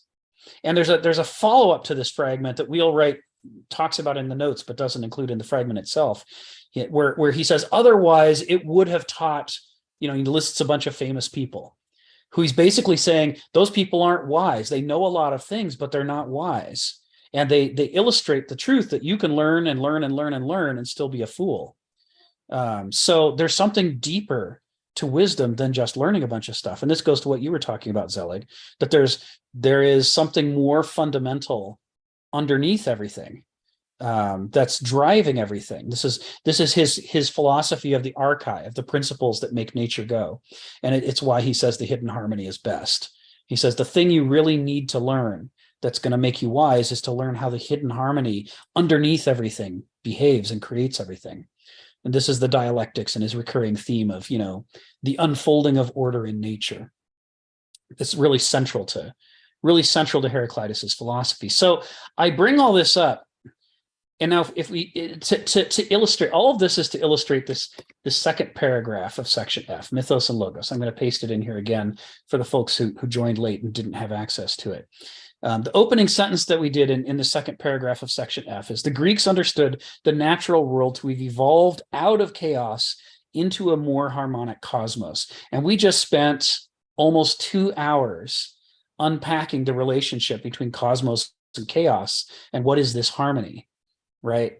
This is what all this is about, the tension between the one and the many. What is wisdom and what is foolishness? How do things relate to each other? This is all tied up in the Greek concept of a cosmos. Cosmos doesn't mean universe to the Greeks. It means an orderly, lawful, harmonious whole in which the parts are not all just fighting against each other or moving randomly, but are coordinated with each other in a way that creates an organism, a whole, a meaningful living whole. That's what a cosmos is for them. And of course, the modern understanding of the universe, it's very entropic. It's really the opposite of the ancient perspective. And that's why it's so important. The previous paragraph, the one we did, 7 weeks ago or whenever, before I got sick, was talking about how when moderns look at the Greeks, we misunderstand them as some version of ourselves, a primitive version of ourselves, or our founding fathers, or our forebears, whatever, but we read them as some flavor of who we are, and therefore as seeing the world in some flavor of how we see the world. But the very next paragraph, he starts to set up how that's not true. They were not what we think they are. And his opening sentence is this gambit right here to say that the critical difference is that we think the universe is just a place that has a bunch of stuff in it. right? Governed, a mechanical organization governed by entropy with no meaning of its own, just waiting for us to impose our will upon it and get out of it the value that we see in it. But the Greeks didn't see it that way. They saw it as a cosmos. All the things that we think of as things, as moderns, we think that they're things that are in the cosmos, are joined together into these complex dynamic tensions, these systems that together form a harmony. And the system has conflict built into it, but the conflict is harnessed, like in the bow and the lyre, the classic example of Heraclitus's of how the dialectic works, into dynamic systems. So all of that is pregnant in this first sentence. So now we're ready to go on to the second sentence. Isn't that great? 2 hours. That didn't take long. I'm a classic. I'm back. Okay, so second sentence. The divine epoch or eon of their own archaic prehistory, they, the Greeks, comprehended as the regime of titanic gods who were the embodiment of the tidal forces of nature, ocean, sun, justice, time or harvests, and so on. That is to say, before the Olympian religion was invented, the Greeks and the ancestors of the Greeks believed in divine forces that were just about the things in nature that have authority over us, right? And in so doing, the kind of pantheon that was formed by the Titans was more like a chaos than a cosmos. It's like, yeah, there's the sun and yeah, there's the ocean, but how do they work together to create the whole? The ancient Titanic religion was less focused on that harmony and more focused on the sun is the sun and the ocean is the ocean and so forth. Part of the way that the Greeks conceived of the new Olympian religion is that they were you could have Apollo inheriting the powers of Helios, or maybe you'd even have Helios moving into the Olympian religion, and you could have Poseidon as the ruler of the oceans, but they weren't just two separate powers. They were united by the authority, the wisdom, the harmony, the steering of all things through all things of Zeus, which is where Heraclitus's earlier fragment comes into play here. It was a new era of the divine to the Greeks. The race of Titans was the offspring of Ouranos, heaven, and Gaia, earth, and the war among these irrational powers was cataclysmic, right? When you read the Theogony or other Greek restatements of the prehistory of the divine in the ancient, pantheon, what happened before Zeus, you see these just brutal battles. I mean, you see Kronos swallowing his own children, cannibalism, divine cannibalism. It was grotesque and brutal, right? That was the ruler before Zeus, a ruler through brutality and force. And they believed, as he's about to say in the next sentence, civilized order was not possible until this race of colossi was overthrown by Zeus and his colleagues, who are the anthropomorphic and beautiful Olympians. So, he's, in the Greek perspective, although it is Titans who create humanity, human culture and civilization, the ability to rise out of what the Greeks considered to be barbarism, depended upon this new regime of gods, among whom wisdom and necessity and harmony were the organizing principles, not mere brutal force. As long as might makes right was the basis of divine organization, human beings were just the grass being trampled by the elephants, as the proverb says. The rest of this paragraph: instead of open warfare, the Olympians practiced the exquisite Greek persuasion, the art of dialectically seducing others out of their resistance by the subtleties of language and strategies of perspective. Right? Elsewhere, he talks about persuasion being represented by the goddess Peitho, and that there was a statue to Peitho erected in Athens where it would be visible from the agora, the marketplace. So that as traders were struggling with each other for winner to win, not to lose the exchange, they were always reminded that the only reason that peaceful trade is even possible is because rather than brute force, we're using persuasion to rule the marketplace. It's a new order of trade, a new era for trade, to have trade conducted under the authority of Peitho, and hence under the authority of Zeus and harmony and so forth, rather than just you buy what I take or I cut your head off with my sword, the kind of older Titanic approaches to trade. He says, among the Olympians, dissension, deceit, collusion, and all the civilized cunning of manipulated appearances persisted. But most importantly, the enmity and malice among the gods were now sublimated, tempered by the beguiling virtues of language. So what's interesting here, we started out talking about the fact that, to the ancients, there were three sources of authority: nature, the divine, and the human. And that this concept of cosmos arising out of the chaos to create a harmony and to enable, new, more sophisticated forms of relationships, they saw that as being the history of nature, they saw that as being the history of the divine, and they saw that as being the history of humanity. The Greeks self-identified as the people who made the transition from brutality to persuasion. And in so doing, you can see how they're creating an equivocal relationship between them and their heroic Bronze Age forebears, who on the one hand they admire for their heroic qualities, but on the other hand they distrust for having relied too much on force, on being sackers of cities, on their own personal excellence at the expense of all the people around them, such that they created a chaos instead of a cosmos. So the ancient Greeks imagined themselves partly in alignment with, but partly in opposition to their heroic forebears. In Nietzsche and others, you can see, and I think Gilbert Murray talks about this too, you can see a depiction of the idea that the Olympian religion was not a natural religion that just evolved. It was crafted deliberately by the ancient Greeks during the Dark Age as a strategy for getting out of the Dark Age.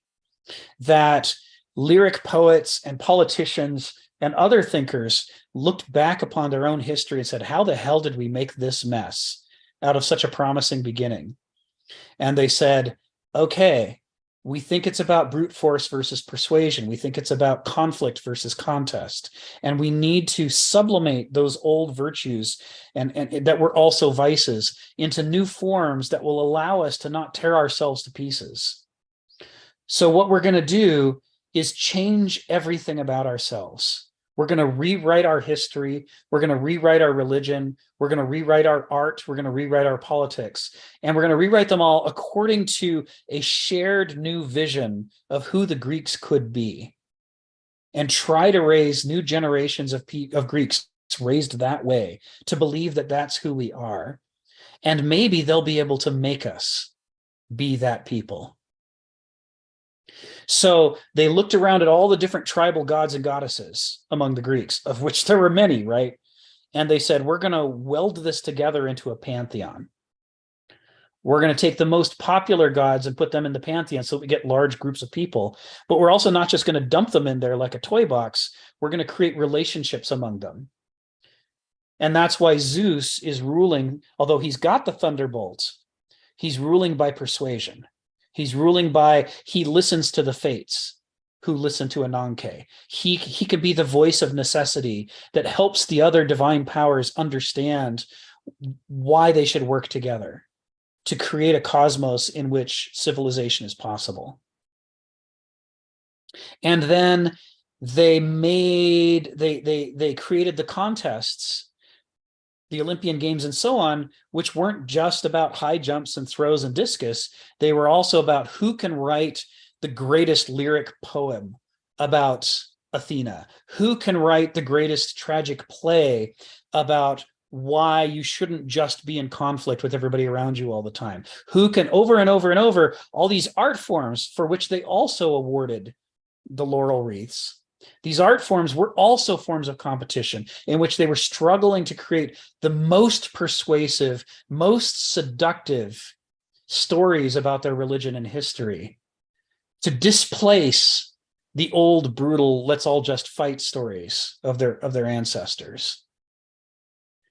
And so in so doing, they were using their artificial constructed religion to shape their own government and art and education. When Nietzsche and others say that Homer was the primer that every single Greek read and grew up with and was raised by, we're inclined at first to think that's just something that happened, but it wasn't. It was something that this Olympian anthropoculture project of the early 700s set out deliberately and said, we're going to craft these epics. Out of all the epics we've had before, we're going to craft all the best lines and put it together to tell this one story over and over about how excellence, when it's not harmonious, can lead to self-destruction. And then we're going to make every single child read this story and every adult. And we're going to have these big festivals at which whatever else we're doing, even if we're in the middle of a war, we're going to drop it. And we're all going to go to the festival and we're going to admire the discus throwers and the wrestlers, yes, but we're going to listen to the Iliad, which is going to be done as a tag team, nonstop from the beginning of the celebration to the end of the celebration. And people can hear over and over and over what went wrong with Agamemnon, what went wrong with Achilles, what was wrong with Ajax, how can excellence lead to destruction? And we're going to hammer it home. And if we do this relentlessly over and over and over, we're going to reshape our own culture. Not out of nothing into whatever we want, but we're going to take the threads that were already there and pick them apart and make a new weave so that the momentum of the past is judoed, if you will, into a form that it wasn't otherwise going to go into, but was compatible with it. That was the project. This is what he's alluding to here when he talks about this religion and the overthrow of the older, brutal approaches to religion to replace them with a civilized form of religion that focuses on persuasion. This was the Greek project. So mythos and logos, right? This is the name of this section, mythos and logos. When we talk about mythos and logos, we're talking about the tension between a logical, rational, artificial, planned society, logos, versus a mythic, experiential, less controlled, more immersive culture, which is mythos. And what the Greeks are doing is not trying to replace mythos with logos, but they're trying to use their powers of logos to reshape their mythos in ways that are still mythic. But it's a reinterpreted mythos. They want all the past experience, all of its power. They don't want to just deny it and say, no, you're wrong. I'm going to give you new facts and you have to learn those. They're going to say, yes, you're right. And have you ever thought about it this way? And do you see the way in which Oedipus was hoisted on his own petard? And do you see how Agamemnon screwed up the whole war through his arrogance towards Achilles? Over and over, they're trying to honor the mythos, but also reshape it by drawing new wisdom out of what was already there. Mythos and logos, right? In a dynamic tension to create a new system, to form a new kind of Greek. All right, that's paragraph 2. Phil, go ahead.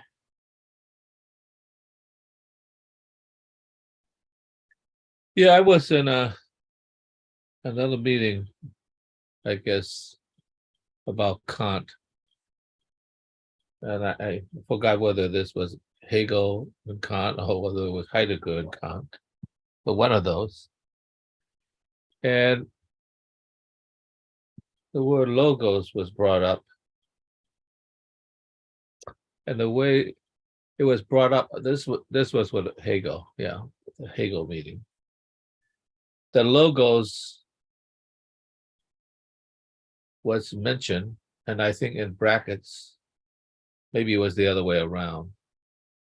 It was logic. And I objected to that equivalence. Logic is a kind of a reductive, thing, which is sort of like presuming that it is fully explanatory. You just follow the logic, okay, so to speak. And I kept insisting that logos was more complicated than that. It involved logic, but it was much more, there was a lot more, how to say, day-to-day or a sort of empirical or sort of experiential feedback into that loop that makes it much more complex of a synthesis between them. And that was important. And it seems to me that you're describing the kind of moment in which that was taking place. And that's the moment when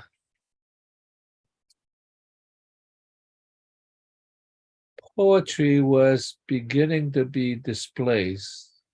Maybe I should say displaced, but beginning to have attention in relationship to prose.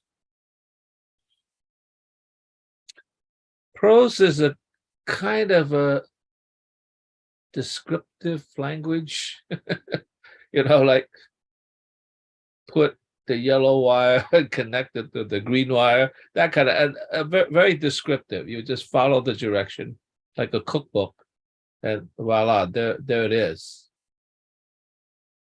And it seems to me that is really not cooking. Cooking at a high level is like, there might be a kind of baseline that you follow, but things happen. And it requires judgment to the immediate situation and taste. You have to be a person with taste. Because you say, this is not quite right what Betty Crocker said. Let me add a little bit of paprika. So there's a kind of a on-the-ground relationship that, in a sense, that distinguishes a chef, of a distinguished chef, and a line cook. And so I think that's what the moment is. And it arrived at the moment with Plato, actually, On the one hand, in some sense, he wanted to be a prose writer, but he ended up being a poet, even though he argued against the poets. So that's interesting. And so I thought I would just bring that up. But the problem then, it becomes now, we're not talking only about mythos and logos. We're talking about now the nature of language and language relationship to understanding and wisdom, right? Yeah. Which, of course, you have a whole discipline of linguistics and all sorts of things about, hermeneutics of language and all that. So in some sense, I was saying something, like when you look at Plato, it's kind of interesting. He of course, he had the divided line, and the divided line was between the forms, and the forms was, I think in his mind, I'm equivocating here, between something that is absolutely, you could say in the unconscious, let's put it that way. He didn't say it that way, but in the conscious. And, it's a matter of like recalling and memory, it's like somehow, I was telling the story, like, particularly if you believe in reincarnation, after many lives, Plato is reborn as Plotinus, let's say. And he went to the library, he said, and he happened to run into writing by Plato. And he says, I seem to remember this. He ran into himself. And, it's like, oh, I recall it now. But in fact, it was himself, if it was reincarnated, that he remembered. So what I'm saying is that I don't think the divided line is between that and the and the realities of what it represents. I think the divided line is not between the finite and the infinite. I think that's too ambitious. I think the divided line is really between the known and the possible knowable, a more modest creeping forward, right? And that's a tightrope you have to walk. And the tightrope you walk, you try to balance between the known and unknown, the possibilities and the probabilities, and all those things you could talk in mathematics. But I think the language in the tightrope is actually language. It's not precise, it's slippery. And so you try to balance yourself in the tightrope between the known and the possible knowable. And then, that's the stage we're at in humanity. Maybe someday there's a second tightrope. The tightrope at that stage is between, the finite and the infinite. But we're not anywhere close to that. That is way in the distant horizon. Right now, our immediate horizon is the more immediate relationship. So then in some sense, you could look at it, okay, you could see it as a tightrope, you're trying to balance yourself, and in some sense, you not only balance yourself, but you're kind of blindfolded because you don't know what the future is, which means knowledge is in the dark, which is interesting, right? Mm-hmm. You see it, but now true wisdom is always cloaked in the dark. So it's always invisible in some way, and you have to feel. And it almost seems like if it's in the dark, it almost seems like, if you're in a dark room, you end up bumbling around and bumping into things. Mm-hmm. Mm-hmm. You didn't pre-know those things. You just bump it. Let's see, that might be a table. So there's a lot of sort of bumbling around. Yes. That yes. Human beings have to do. And we have to accept this bumbling if we want to get at the future, because the future is actually in the dark room. And right. So it's important to understand that. And in some ways, even the lower animals who doesn't even have this idea of wisdom, that's how they develop. They bumbling around and say, oh, this seems to work, Right. And they develop into this thing. So accept the fact that you are flying blind and you're going to bumble around, and accept the fact that maybe that's okay, because that's who we are. We are right. Not gods. We are human beings with very limited wisdom, and how we acquire wisdom is bumble around, run with some failures, and bumble into some success, and that's good. And that's what the tightrope is. Yeah, this is some pregnant stuff here, right? I mean, mythos and logos and their relationship to us and the human condition. As you say, the finite and infinite are involved, but that doesn't sum it up in any way. It's just another factor that we're wrestling with here. What do we know? What do we not know? What can we plan? What can we not plan? All of this stuff comes into play when you're thinking about, is life to be experienced, or is life to be planned and decided? And that's part of the struggle between mythos and logos, right? Mythos is trying to capture in a, yeah, I have kittens upstairs. There's a lot of bumbling around. There's an extent to which life can't be fully understood. You know, our language always lags behind our experience. Our thought frequently lags behind our experience. And when we try to get too clever about planning, we discover that our thoughts, which have gone ahead of experience, are often out of sync with experience. That's not actually what happens. What we thought was going to happen doesn't happen. And then we have to, you know, struggle to catch up again. We thought we were ahead, but we were behind the whole time because we were looking into a future that was never going to happen. So there is this element of pathos versus praxis, and mythos is exceptional at helping us to understand and accept experience. It's like, I don't know why all these things happened, but I'm going to acknowledge that they did and that they were profoundly moving. You know, this is, you know, the great stories of our ancestors who went through tribulations that we tell to our siblings and our children. We pass along because that wasn't in our control. It was before we were even born. Those things happened, right? So it's not part of our planning. It's not part of our logic or reason. It just has to be accepted as that's how we got here. We got here through these things that were outside of our control.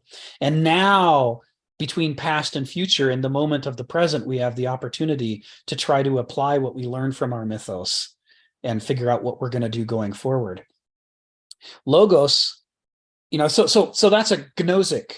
That's the gnosic faculty at work, right? Gnosis is the power of experience, to really feel your immersion in the experience, to feel that part of the world you experienced plus you is a whole. It's an organism, that you belong in it, that it's right. It may be a form of suffering. You may wish it didn't happen, but it's yours and you're its. You're in the right place. Mythos is very strong on this because it's tapping into the powers of gnosis and trying to make us experience what really matters.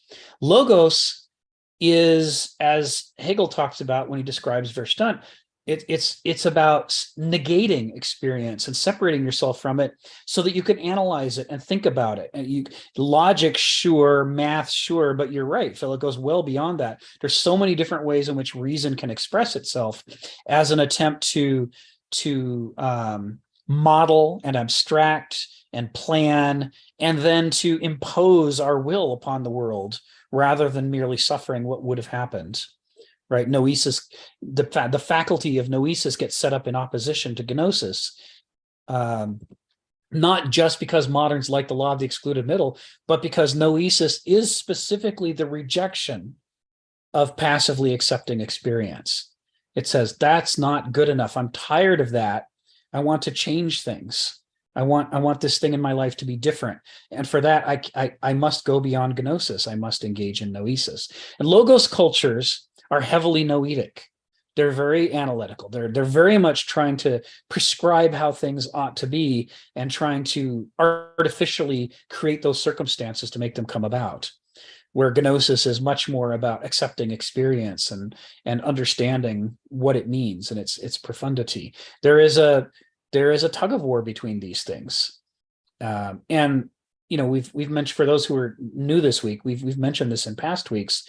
It's part of what's really interesting about the Greeks is that they are emerging from a more gnosic, mythic culture, and they are deliberately cultivating themselves into a more logos culture through the exercise of noesis. They are no longer just accepting their culture as being whatever it happened to be, but they're starting to say that that's not good enough.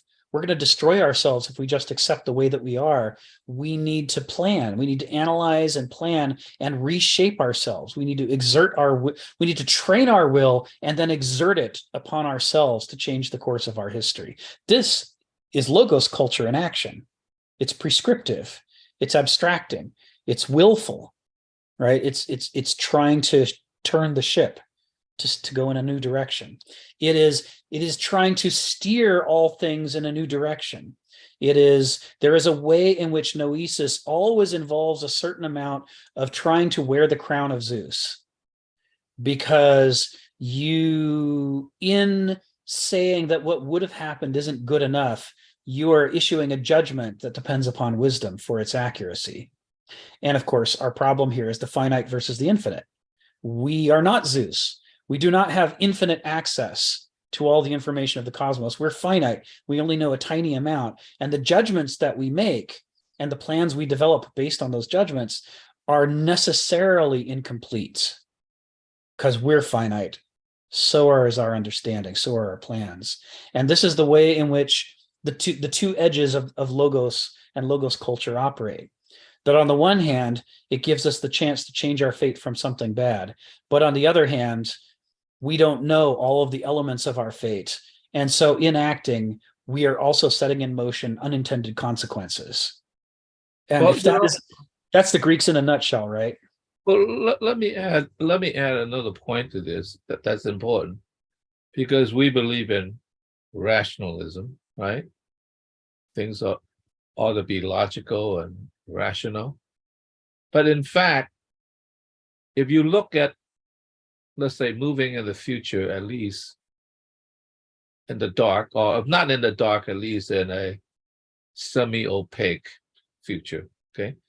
Because you're making a judgment about reason that's been developed in the past, and you're projecting that forward into the future. That sounds to me like rationalization rather than reason, right? It's all the logic, all of the understanding, all of the reason that you have developed up to that point. That proves pretty good in terms of inching forward, but that's rationalization, and that really gets back to David Hume in a funny way, right? Like we A and B, and said, in the past, A and B always happened. We are now going to tie up the A and B in terms of our relationship of understanding between the A and B, but they might just be coincidental. They might not be at all something that's a causal relationship. So there's a funny relationship between rationalism and rationalization. And most of us believe that we are rational when we are actually rationalizing. Yes. Right? And Yes. I think it's important to understand that that itself is a very funny, equivocal relationship. But if you think about it, we are mostly rationalizing Yes. what things are, rather than reasoning what it is. Yeah, I'm going through rereading and retranslating Hegel's philosophy of Geist from his Encyclopedia of the Philosophical Sciences, and he talks about this all the damn time in there. This is one of his favorite topics, right? This is part of his way in which he's critiquing Kant, is saying Kant is describing reason's opinions about itself rather than reason's reality. And reason is often rationalizing when it thinks that it's reasoning. And that the reason it can't tell the difference is because of the way reason works. The reason is a process of abstracting yourself out of the flux of experience. And the more you abstract yourself out of the flux of experience, the less gnosis you're engaging in. And gnosis is what ties you to the reality of experience. So the less of that you have, the less of a check you have on whether your ideas are actually real. They might be internally self-consistent and logical and mathematical, pure and perfect, and still be complete bullshit because they're describing a world that doesn't exist. You need gnosis to allow noesis to fulfill noesis's promise. When noesis tries to be self-sufficient, it leads us off into imaginary worlds of logic and reason that are just rationalizations. And it doesn't notice that it's done that. It doesn't know where the tracks are. It just depends upon tracks. And so the next thing you know, it's following its own track off into La La Land. And as Jonathan Swift now you need a flapper to come along and swat you in the face and remind you to, eat breakfast because you've lost track of all the things that matter. This is not what reason thinks it is doing when it reasons. Noesis is sure that it's not making this mistake. It believes that by abstracting itself out of gnosis, that it has purified itself of all the horrible dross that was distorting it, and now it can see clearly. But it doesn't understand that what it's seeing is a new kind of illusion, a dry, rationalizing illusion, instead of a rich, smelly, immersive illusion of parochial experience. So this is the Hegelian critique of human reason, is that we've got these two different faculties and each of them is a kind of trap. And it's not until we harness them into a dynamic system and use them against each other that we start to develop the ability to make each one deliver on the promises that it offered, by using the other one as the critic to tell it when it's gone too far or lost touch. And this is good stuff. I mean, I love this stuff. This is so important. It's, to be rational would not be so hard for us if we were Zeus. This is what this next paragraph is going to get into, is the way that Zeus keeps checking back with the fates and Ananke. Zeus keeps rechecking his authority against what's actually fated to happen, and that keeps him sane.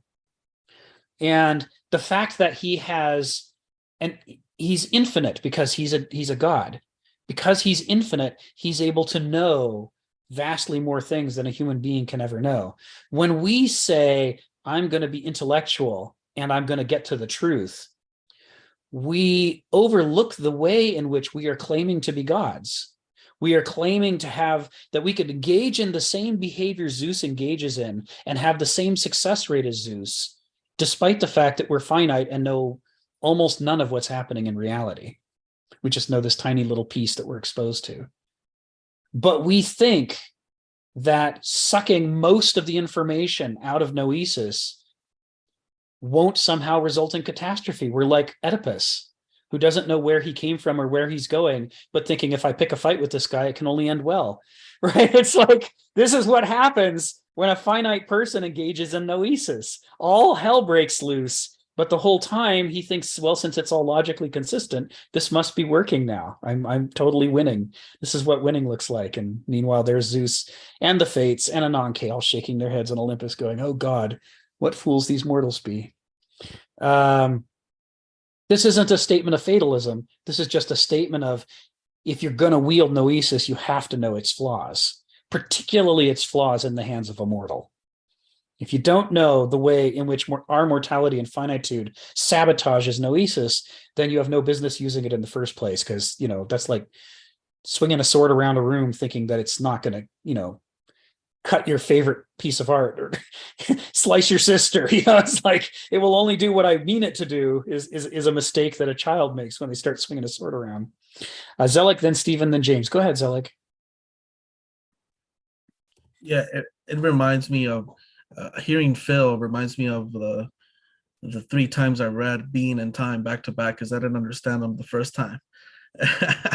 and finally, I came to understand Heidegger's fundamental question, right? Does the world belong to us, or we belong to the world?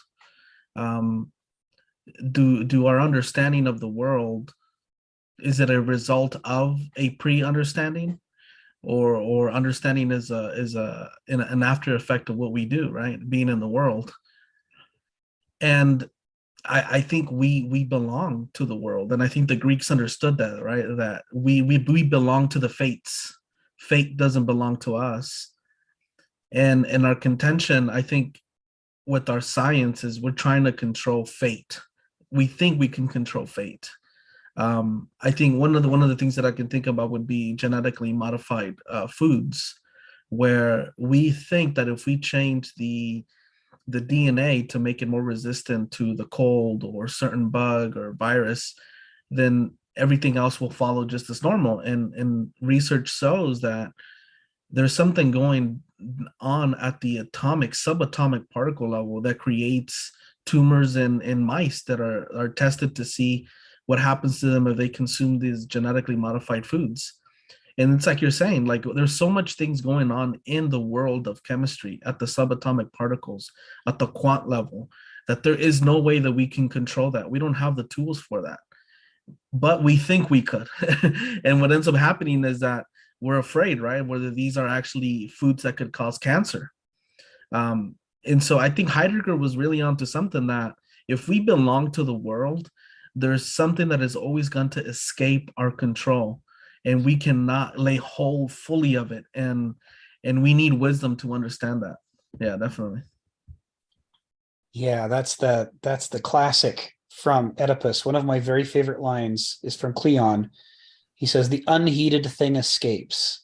Unheeded thing escapes. What is it we didn't notice? The law of unintended consequences doesn't rule over the gods in the ancient conception the way that it rules over man. It rules over us because we're finite. We can't heed all the things that matter, because to know what are all the things that matter, we'd have to know all the things so that we could then assess which ones matter and which ones don't. But instead, we're so short-lived and parochial in our relationship to the world that we don't know hardly any of the things. It's an infinite universe out there, and we get a tiny little handful of things that we get exposed to.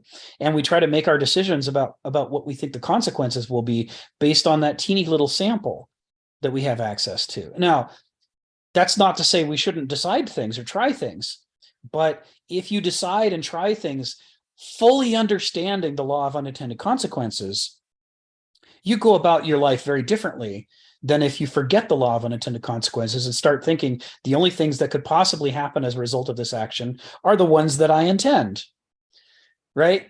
There is a way in which the naive confidence with which mortals go about the things they do is a kind of confusion of the realms, and thinking that a man is a god, thinking that we're in a position to know all the consequences when we're not. Paul Feyerabend, who's another philosopher that Kenneth Smith likes, often critiques science in these terms and says science often portrays itself as the perfect form of itself, but then once it gets to work, it's never that perfect form of itself. It's always some let's say limited, distorted form of that perfect form. And whether that distortion is market forces that say we're only going to invest in things that we think will make us private money, whether that distortion is I need to pay my rent this month, so I need a positive result because people don't pay for negative results, even if they're true. So I'm going to put my thumb on the scales and draw conclusions this study doesn't actually justify, and maybe then I can pay my rent or what have you. There's always these pressures on us as finite beings that encourage us to blithely blunder forward as though we are in complete control of a situation we couldn't possibly be in complete control of. And so the law of unintended, well, this is why Oedipus, right? This is why Kenneth Smith over and over says Oedipus Tyrannus is our story. It's modern story specifically. He blunders into things in that first play of the trilogy. Over and over, he blunders into things from overconfidence and ignorance. And that is exactly who a modern is. That's who we are. We think we are the most rational, the most scientific, the most advanced. So there we go. Let's call on Stephen and then James. Go ahead, Stephen. I'm just wondering about the pertinent current situation and the questions of history in relation to how the West is dealing with Russia, because I seem to remember the Vietnam War where they thought they would win, on the basis that once we get there, the Vietnamese will realise how wonderful us, the liberal democratic West is. They'll bow to us and worship and want to imitate us and want to be our little pet puppy. Brilliant theory. I wonder how that worked out.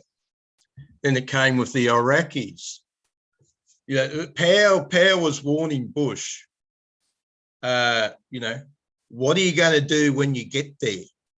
You're going to own this place. What are you going to do? And Bush has sort of got like the attitude, oh, that's not the important bit. The important bit is getting there. When I get there, I'll just bumble around. Great plan. This is the neocons are back with Ukraine. They're back to preach their doctrine of liberal democracy, which is underneath profits for Wall Street. And we're in the thick of it. And we are being sucked in. Again, I don't see anybody really seriously tackling with the issue. What if you do defeat the Russians, succeed in your primary aims? What happens after that? Oh, don't worry, guys. The Russians will shoot Putin and they'll come to us bowing and scraping and saying how wonderful we are and how we want to be your slaves. I hear this. I've heard this same little fairy tale my entire life, repeated again and again and again. We're in another phase now, and this is one of the serious tragedies of the modern world. And it was being said by philosophers at the beginning of the 20th century and maybe earlier. We have forgotten how to think. We go back a few centuries, we do see people that fought carefully. Today, we have the commercial market, we have a lot of stuff going on, we have railroads, we have business, we have share markets.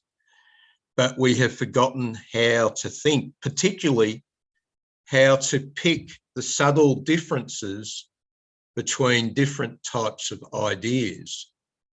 This was being said over a century ago.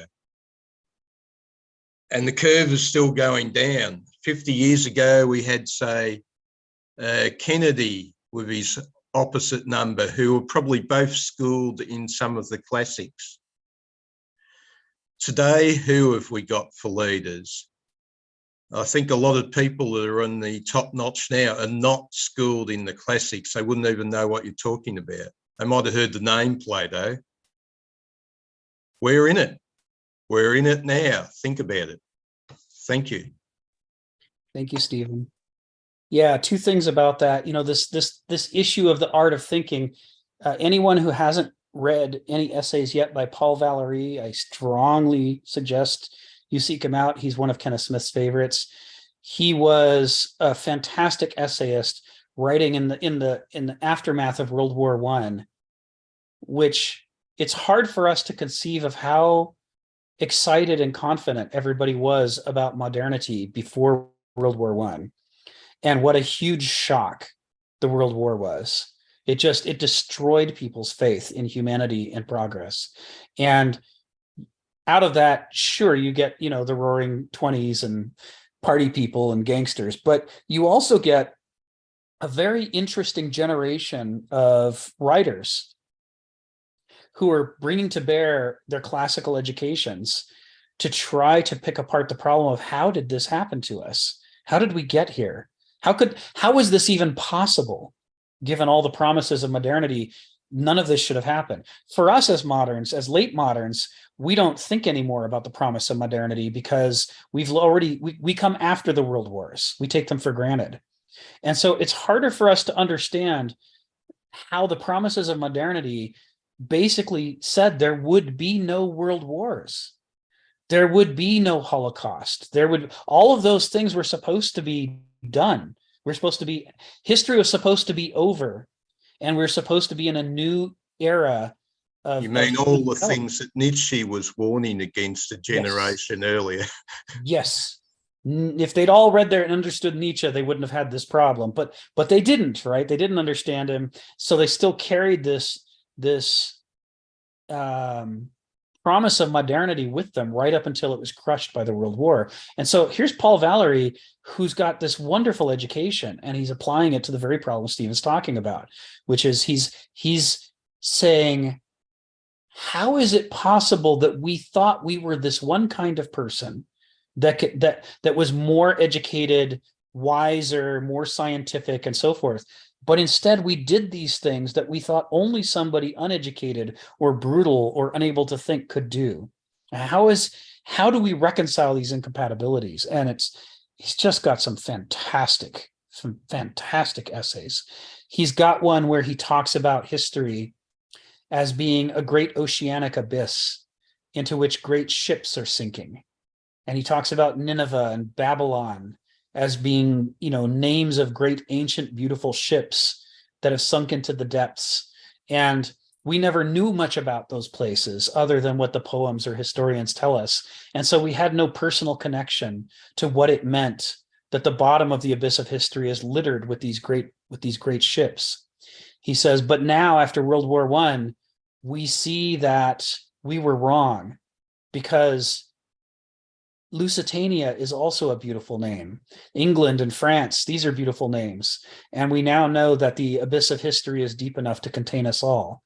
And if we're not careful, although we thought that modernity meant we never had to worry anymore about these great things, what we discover instead is that whatever modernity is, it not only hasn't prevented these catastrophes of the past from happening to us, it seems to be egging them on. And we need to think about the world in a clearer way than we've been doing, or else all the great works that we associate, Shakespeare, Baudelaire, everything that we value about modernity could find itself lost to history, just like the old lost works of Menander and other old poets, for whom they're only names and we don't have their works. It's an incredible piece of writing. And it's really addressing the very thing Stephen's talking about. What are the abilities of thinking that are required to prevent something like this from happening, and why don't we have that? What would we have to do differently? It's really quite interesting. James, go ahead, come off mute and tell us what's on your mind. Yeah, that sounds like remind me of the dispute between Einstein and Henry Bergson on the subject of time. It was a famous debate they had. And supposedly Einstein won that debate at that time, right? But then it proved, I think later on with quantum physics, it probably proved that he lost actually. Because in reality, Einstein was defending this kind of idea of time as space-time, Right. That time was just space-time, and it was spatialized time. But it's not the time that we actually live, in experience. Our subjective experiences, Bergson was arguing, was in this real time of how we experience our thoughts, our feelings, and so forth. And that is not the same as space-time. And Einstein was arguing for this kind of space-time where everything can be contained in a box, and that where everything is deterministic. He said that God does not play dice. There's no chance. There's no. I thought that was the source of that quote. Yeah. Yeah. There's no chance in the universe, and so we don't have free will. Each of us individuals as subjects are not free, and we're just deterministic objects, floating around with everything else. And so I thought that was interesting that you were talking about that conflict there, and that reminded me of that. But I guess quantum physics, is bringing us back to our confrontation with our real subjective reality, right? Yeah. That we can't understand or know anything, or even experience or understand anything about quantum physics without taking into our subjective observations of what's going on there. So I thought that was interesting. Yeah, it's so unusual when someone who's at the height of their game is wrong about something in their field, and then somehow, despite having come out publicly against it, later on they come back and say, I was wrong about that and I've changed my mind. It's just, when Thomas Kuhn writes in Structure of Scientific Revolutions about how mostly those people have to just die off because they're never going to change their mind, occasionally, once in a while, you get a counterexample, like Einstein coming back later and saying, I was wrong about quantum physics. When I said God does not play dice with the universe, I didn't know what I was talking about. It's refreshing, and it gives you a little bit of. It's one of, what do I want to say? Now I'm gonna quote Donald, quoting Kenneth Smith, that it's one of those moments where to understand an Aristos, you have to see an Aristos in action. because if you didn't see it in action, you wouldn't believe it was possible. The fact that they do it and you saw it and you experienced it overrides all your rational arguments against it being possible. You see it happening, you're like, I guess people can change their minds, despite the fact that they have made their whole public identity be about how they're against this thing. They can, every so often, somebody can overcome their own ideology and admit that they were wrong. I like the example of Einstein because it's not just that he changed his mind, but also that other people who stood against Einstein changed their mind. The classic is the photon model of light, which now I can't remember the name of the guy. Classic physicist before Einstein, wielded immense authority and said Einstein was absolutely wrong. And it was a Nobel Prize winner. And he set out to prove Einstein wrong. And he built the most elaborate physics lab that had ever been created in the history of the world, ended up instead proving that Einstein was right. And eventually, as a result, changed his mind and came out and said, okay, I spent decades telling everybody Einstein was wrong about this, but I yield. I like Einstein because he's on both sides of that. He's an example of someone who someone stood against and later admitted that they were wrong, and he's also someone who stood against something and later admitted they were wrong. It's interesting because it's so rare. As Niels Bohr talks about, as Thomas Kuhn talks about, that's not usually how it goes. People just usually won't change their mind on this stuff. Donald, go ahead, and then Phil. Yeah, I kind of appreciate James's remarks, but at this point, I'm not sure what physics is telling us. I try to read a lot about modern physics and quantum physics and relativistic physics, and I would say many physicists think it's in crisis. You know, I mean, especially I'm always interested in the relationship between mathematics and the world. And as some people, some view is that we had some idea about how the world was working, and then we tried to describe that using mathematics, knowing that the mathematics was just there to describe some real process. And quantum mechanics is largely, it's just the mathematics with no idea about what it's describing.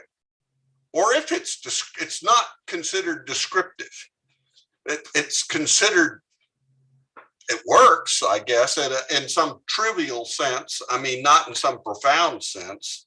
It's not that there's some deep understanding that gave rise to the mathematics. It was just, there's just now the mathematics and all the interpretations of the mathematics to say, what is this a description of, are totally bizarre. And people have a hard time thinking they could be right. But there is a quip, I think attributed to Max Planck, that says physics advances one funeral at a time. I've seen the real quote, and it's not so brief and so funny, but that's kind of an apocryphal, because he did say that it does depend on generations dying out and stuff. He just didn't get it in like 6 words, you know, or 4 words, one funeral at a time. You know, that is true for a lot of fields. Well, enough. I've interrupted.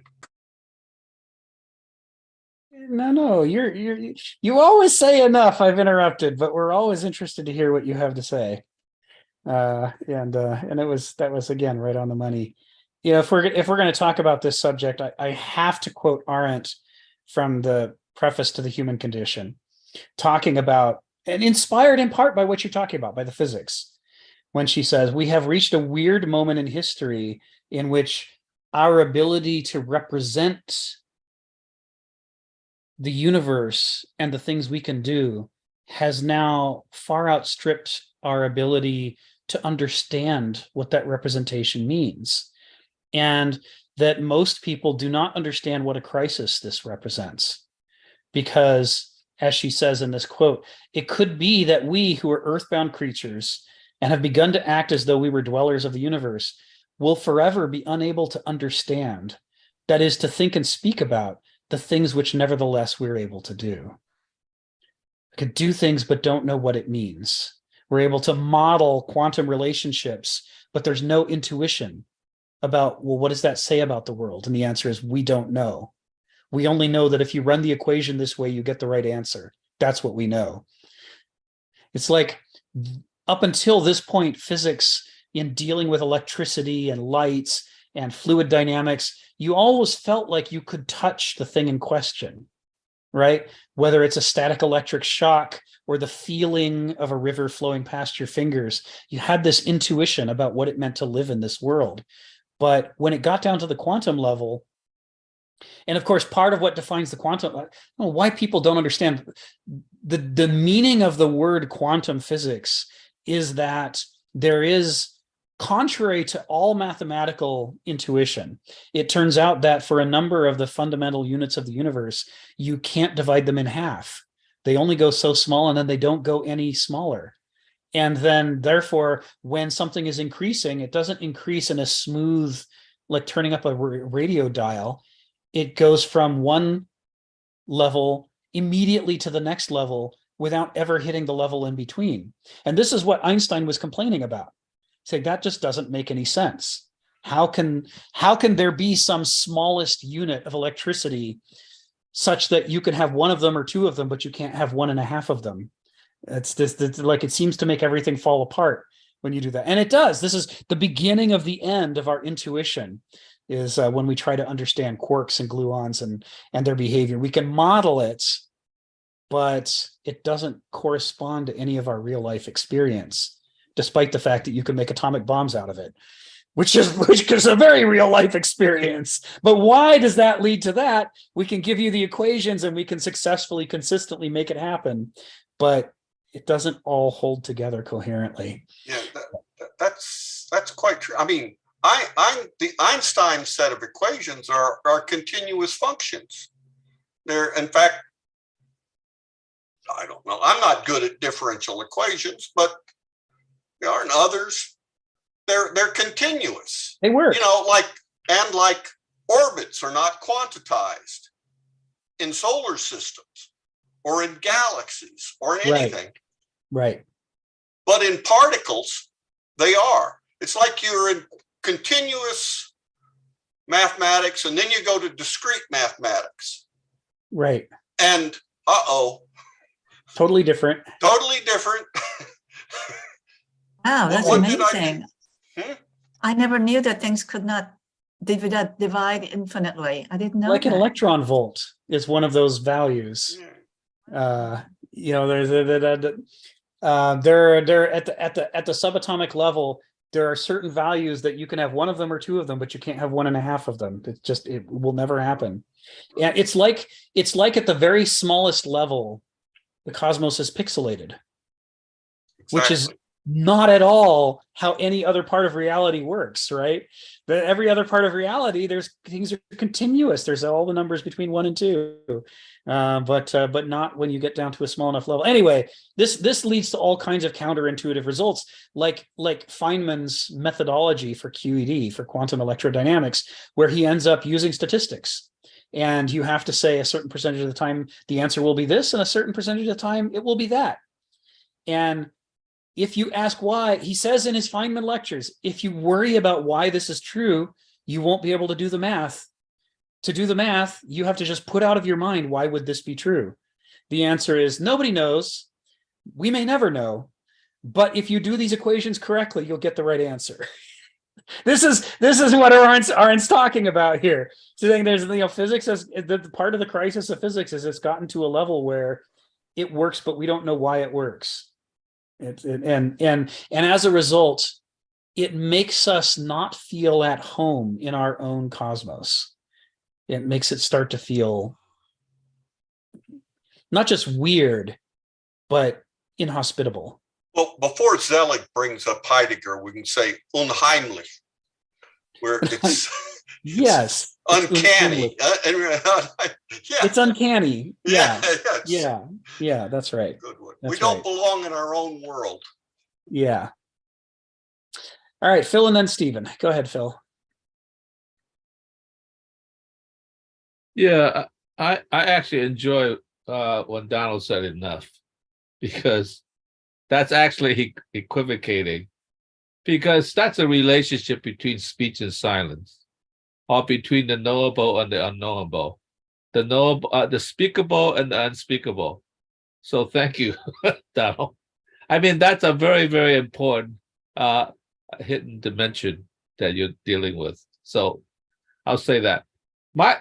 Originally, before I interjected that, I was thinking that perhaps the problem with the contemporary world is spatial. I mean, spatial in terms of geographic.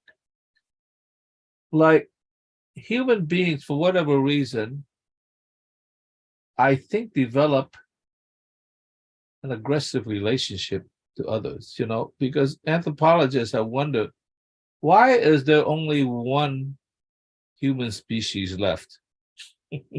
Right? And the Neanderthal was a good example. I think that was the latest one to collapse. And there are theories about it. Yeah, there's a little bit of intermarrying, and apparently, the male Neanderthal did not intermarry, but the females did. So there's apparently some traces of human genetics of the Neanderthal, particularly in the European populations, but only on the female side, which is very interesting. So they were less aggressive. And whether that came about an outright conflict, or whether that's just a more silent conflict in terms of the competition for resources, eventually the numbers overcame the Neanderthals, and they were crowded out simply because there wasn't enough space. And I think the geographical relationship and not enough space, in a sense, produces a world that's further and further necessitate a kind of psychological sustaining through a kind of ideology. Because when you have the space, people are separated, and you don't have to go to the philosophy of live and let live. I mean, you're not with them to let them not live. And so in some sense, and particularly in the 20th century and in the 21st century, it's become so integrated that the other, the other structural patterns must defend themselves and not be crowded out of existence. So therefore, each side has to develop a harder and harder ideology of sort of like their tribal or their national identity. And so therefore conflict happens.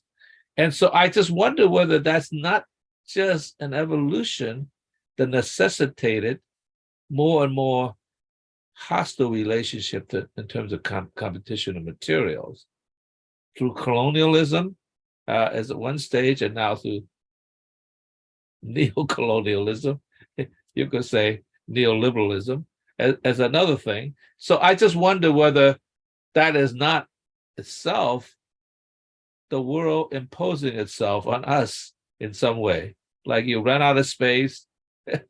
I mean, if you were living in, let's say, North Dakota, and your nearest neighbor was, 10 miles away, you're not going to run into too much conflicts. Now, let's go to the bar. I mean, it's not a matter of live and let live. It's that's actual the actual condition. But when they're just like next door or they're living above you and they're just sort of like doing tap dance on your roof, there's going to be tension, in that sense. So therefore, you develop almost a kind of irrational ideology, like it's our side versus your side. It's me versus you, mano y mano, sort of thing. So I just wonder whether, in some sense, whether size doesn't, and that space doesn't become a problem, that sort of like brackets are human condition. So once again, as nature is making its call upon us. So I just thought I'd throw that in. I'm not sure what I'm talking about, but nonetheless, it's not necessarily a rational thing. It's like the constraint produces the rational structure. Yeah. It was part of what was interesting for me growing up reading the book Arcology by Paulo Soleri. Is most people just skip past the intro and look at all the pretty pictures of weird giant city buildings that he has. But what I found was the intro is the most interesting part of that whole book, where he says spatial relations have a bigger impact on human psychology and culture than we possibly imagine. And that he envisioned the rise of consciousness as a form of miniaturization in which we're able to represent far-flung things in the tiny space of our skull. And by bringing them close together, we're able to compare them and relate them to each other directly in a way that we can't do if we have to literally march between the Grand Canyon, and Easter Island. It's very hard to compare the two if you can't think about them, if the only relationship they can have is you physically move from one to the other. But the mind has this ability to pull all these distant things together into a different shaped space, a different dimension of space, and that is enough to alter the relationships. And this is sort of an inside out version of his whole theory of architecture, that where we place people in relationship to each other massively impacts how they relate to each other, which is what you're talking about. So how much of our history is driven by these kinds of considerations, I don't know, but we certainly can see that most of us, myself included, don't think about that dimension of life as clearly as an architect does, or so at least an architect like Frank Lloyd Wright or Soleri, who think about it a lot. There is an enormous influence from what you're talking about. Stephen, go ahead, and then I'm going to go a little over because I started late today. We were talking about my bronchitis for a while, so I'm gonna go over a little bit so we can finish the third paragraph. But first, Stephen, go ahead. Yeah, as I've said, I've been in this struggle lately. 30 years ago, my great philosophical effort, not that they're that great, was to try and understand what all this rationalism stuff was. And I think I developed a few understandings. And for the past 30 years, I've been listening to the local philosophical scene, and something's come up in me like, no, that's not right. That's not right. I've heard a voice saying that's not right for 30 years. So I've been querying the erstwhile philosophers, and I asked them, well, what's the definition of rationalism? I get blank faces. I get anger, like you're trying to undermine us. Like, yeah, philosophy is about putting people on the platform. No. Philosophy is about investigating stuff irrespective of personal outlooks. And I tend to notice I'm developing it more and more now that they cannot distinguish between idealism and rationalism. Rationalism, to a great degree, is a critique of idealism. Idealism says unicorns, and the rationalists are going to say, well, no, there's no unicorns. So a rationalist will sift through ideas and say, these are the rational ideas and these are the irrational ideas. All good and fine. It's a process. But the trouble is, what I tend to notice is that they're quite happy with the results of, say, what Descartes said about rational ideas and irrational ideas. And that becomes the rigid truth. And we're not going to question things anymore because I think I am rational. No, you're not just rational because you have an idea. Rationality is a critique of your ideas, of your idealism. And they're not noticing that. They do understand that rationalists in the past have given us a set of rational ideas and irrational ones, but they have forgotten the process of actually sorting ideas in which are the rational ones. And you have to go back and check. You can't just stick with what Descartes said 400 years ago when, I don't know, he took a stove into a small room. And the rumour is he not only talked to the small stove actually started talking back. But they're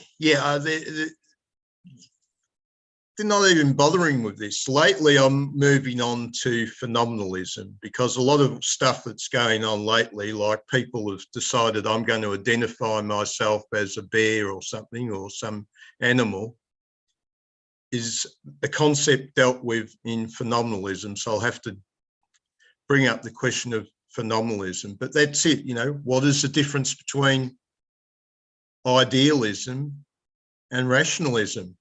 They're two different processes. They're not the same thing. Just because I spend a lot of time coming up with ideas like unicorns, I can sell you one if you like. Send me the check now. I'll sell you a unicorn. Just because I think unicorns doesn't mean that that's irrational thought. But what I'm seeing now is people are saying unicorns is the truth. No, go and check that. But they don't. They don't want to check it. They want to believe that their own little pet theories are the truth of the universe, and they have to check that all the time. Thank you. Thank you. Yeah, one of the most interesting things in the X-Files, the TV show, is that the character of Fox Mulder has a poster on his wall saying, "I want to believe." Most people who want to believe don't announce the fact that they are committed, that they want what they believe to be true, whether it is or not. And here's Fox Mulder foregrounding this thing about himself that most people hide about themselves. Most people, because modernity rewards the mask of rationality, most people would strenuously assert that they don't want to believe what they say they believe. It's just the facts. I mean, I'm just an oracle for the truth. I'm just a rational person. And so I have to say these things. I have no dog in this fight. I'm perfectly, and in saying all these things, again, they're putting on the crown of Zeus. They're saying, I'm not human.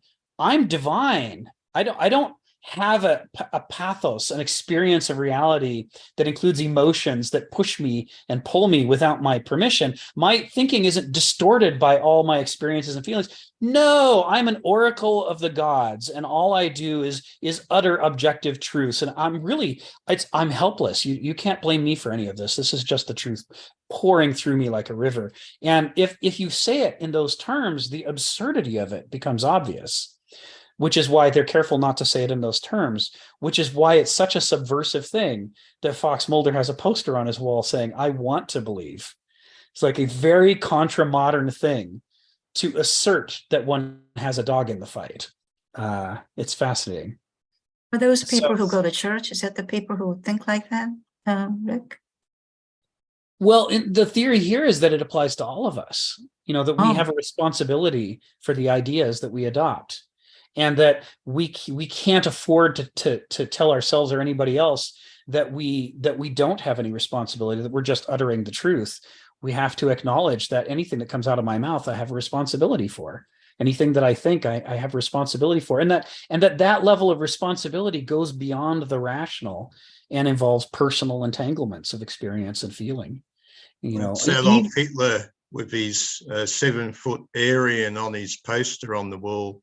Yes. Adolf Hitler saying, "I want to believe." Yes, right. That would be Hitler's version of Fox Mulder's poster. He wants to believe, right? But it's true even if we're saying something like E equals MC squared, right? Regardless of whether E equals MC squared is correct, the question is, why am I introducing it into this conversation? Why am I not saying vanilla ice cream is the best, which is obviously a subjective thing? Why did I select something that has the illusion of objectivity and present that as representative of my thinking? I didn't do it because I'm a conduit for the truth. I did it because I want to put on a mask of objectivity. So I selected something that I thought was beyond arguments and that was a product of reasoning. And then I purported that that's the sort of thing that I think. See, there's a masking going on. Even if it's true, I'm using it in a false way. I'm disguising my own responsibility for my beliefs by not being willing to say, I like science. I think science is cool. Why am I saying equals MC squared? Because I like that I know what it means. You know, there are ways to be nerdy and personally responsible about these things. And then there are ways to say, oh, I'm not even here. These are just truths falling out of my mouth. I'm rational. So I'm with Stephen on this. So I'm gonna wrap us up here by reading the third paragraph, because I think it all follows really well from what we've said so far. But let's end with Kenneth's words, since this is Kenneth's thing that we're doing. The Olympians sat in a council presided over by Zeus as first among equals. Now he put that in quotes, right? Who else said they were first among equals? Augustus Caesar. Right? When he became Caesar after Julius's assassination, he said, I'm not dominating the Romans. I'm merely a Roman citizen like all of you all. Now, the fact that I have the entire power of the machinery of the Roman government and military, pay no attention to that. I'm first among, you're just as good as I am. I'm first among equals. That's the famous quote from Augustus Caesar. And the Romans were, of course, in this, they were mimicking the Greeks. So Zeus being first among equals was part of the Olympian religion. And by being first among equals, we mean this is not Kronos ruling over the other gods through brutality and cannibalism. They're just as good as he is. He's merely being persuasive. His rule is less by dictation than by inducing consensus. The Olympians' culture and quality of interaction is emblematic of the rise of reason, a new social syntax of philosophy and politics. You see, hand in hand with wanting to use persuasion instead of brutality, right? With the rise of persuasion necessarily comes the rise of reason. How do you persuade people? What should you allow yourself to be persuaded by? You need rules for persuasion. And this leads to the rise of reason as an explicit, documented, and taught art form. Philosophy and sophistry all come along with the shift from the Titanic religion to the Olympian religion. But Homer never permits his listeners to forget that the disputes and resolutions of the Olympians are little more than a rational veneer over the true and ultimate powers that ordain the way of the world. By which he means Zeus every so often turns aside from the byplay of argument among his fellows to consult with the Moirai, or fates, the weird sisters who dispense men's allotted portions, the Moira. Even the Olympians cannot command events contrary to what is woven in the logic of fate. Necessity, Ananke, is the ultimate authority over this world. And just as the Greek gods are not supernatural, so too they are not exempt from the skein of fate. So in this, he's talking about the way that in the ancient world, nature is above the gods. The gods are manifestations of aspects of nature. They're not supernatural. They didn't create the world from nothing, the way the medieval god does. They instead arose from within the nature as manifestations of nature who can help human beings understand the specific detailed ways in which nature has authority over us. What should we be paying attention to so that we don't get ground underfoot by nature? What should we watch? What should we respect if we know what's good for us? And so in this, he's saying that just as we have to respect the gods have to respect the fates. and Ananke. They are not supernatural gods. They exist within the framework of nature. And as Heraclitus says over and over and over, nature has a lawfulness to it, a character to it. It has principles and archai that create patterns of dynamic systems from which all the things we see in nature emerge. Nature does not create ex nihilo, but it creates according to its own lawful character. That lawfulness is Ananke. That's necessity. And what when the fates weave our fates for us out of the skeins of nature, what they're doing is ensuring that the course of our lives, whether we like it or not, whether we understand it or not, is going to harmonize with the lawful character of nature. And in exactly the same way, he's saying so too the Greek gods, the ancient gods, the gods, the kinds of things that people worshipped in the ancient epoch were not like the medieval god. They were more like us in that they were not supernatural. They were infinite, but they were not supernatural. And this is why Zeus can rule, because he listens to the fates. This is why Heraclitus can say that Zeus is willing and that wisdom is willing and unwilling to be called by the name of Zeus, because Zeus is listening to the fates, and the fates are tapping into Ananke, and Ananke and the fates are steering all things through all things. That's determining the warp and the weft of the weave of life. And because Zeus listens to that and heeds it, his decisions are wiser than that of the gods who don't listen to the fates. And that's why he's qualified to be the Aristos in the pantheon of the Olympians. All of this weaves back through all the previous sections in chapter 4. He's using this myth to show us how the ancients wove all these pieces together into one worldview. So, Donald, you got your hand up, and then we'll wrap up. Go ahead, Donald. Thank you for handling supernatural. Its modern thing is like ghost and stuff from beyond the whatever. It's clearly that hierarchy you went over so many times. And if you have a chance to edit this to Kenneth or something, maybe supranatural would make it easier for people not to get derailed, although they shouldn't by section F. Yeah, he's slapping us around with the terminology, and he's doing it on purpose because he's a playful, mischievous guy. He has a spirit of mischief. He knows that we're inclined to misread supernatural, but by this point, after the previous sections, he thinks we should know better. So he's just putting the word right out there so that if we haven't been paying attention, we'll be confused. But if we have been paying attention, then we'll get it. He's trying to paint it in the most confrontational way possible, because what is natural and what is supernatural, how we answer that question is part of how we identify whether we're ancients or medievals or moderns. He put it right there on purpose because it goes right to the heart of the distinction between these epochs. Yeah. Anyway, that's it for today. No, I'm waiting for you to say enough. Thank you, Rick.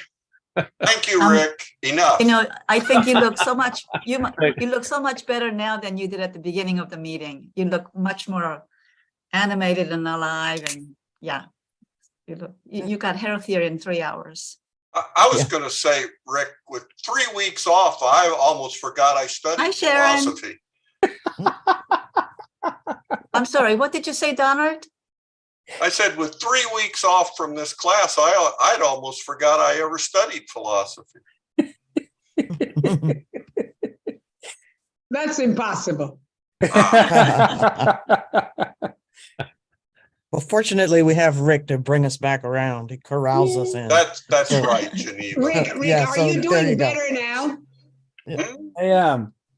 Okay. I still have a little recovery to do, but as you could tell, I could blather for 3 hours. Well, and I not didn't hear you lose my cough. voice. I didn't hear you cough once. I think you've recovered. Yeah. Okay. You didn't get COVID, did you? You didn't get COVID, did you? No, it wasn't COVID or flu or RSV. It was just bronchitis. Oh, okay. My Okay. favorite disease. Yeah. It's good to see you're doing well. Yeah. Okay, Thank you. thanks a lot, Thank you, everybody. Okay, Thank be you all next well. Monday. Bye. Bye. Bye, Bye. David. Bye, Joseph. Bye. Take care, Donald. It's always nice to see you. It's Bye, nice to Joe. see you as well. Yeah.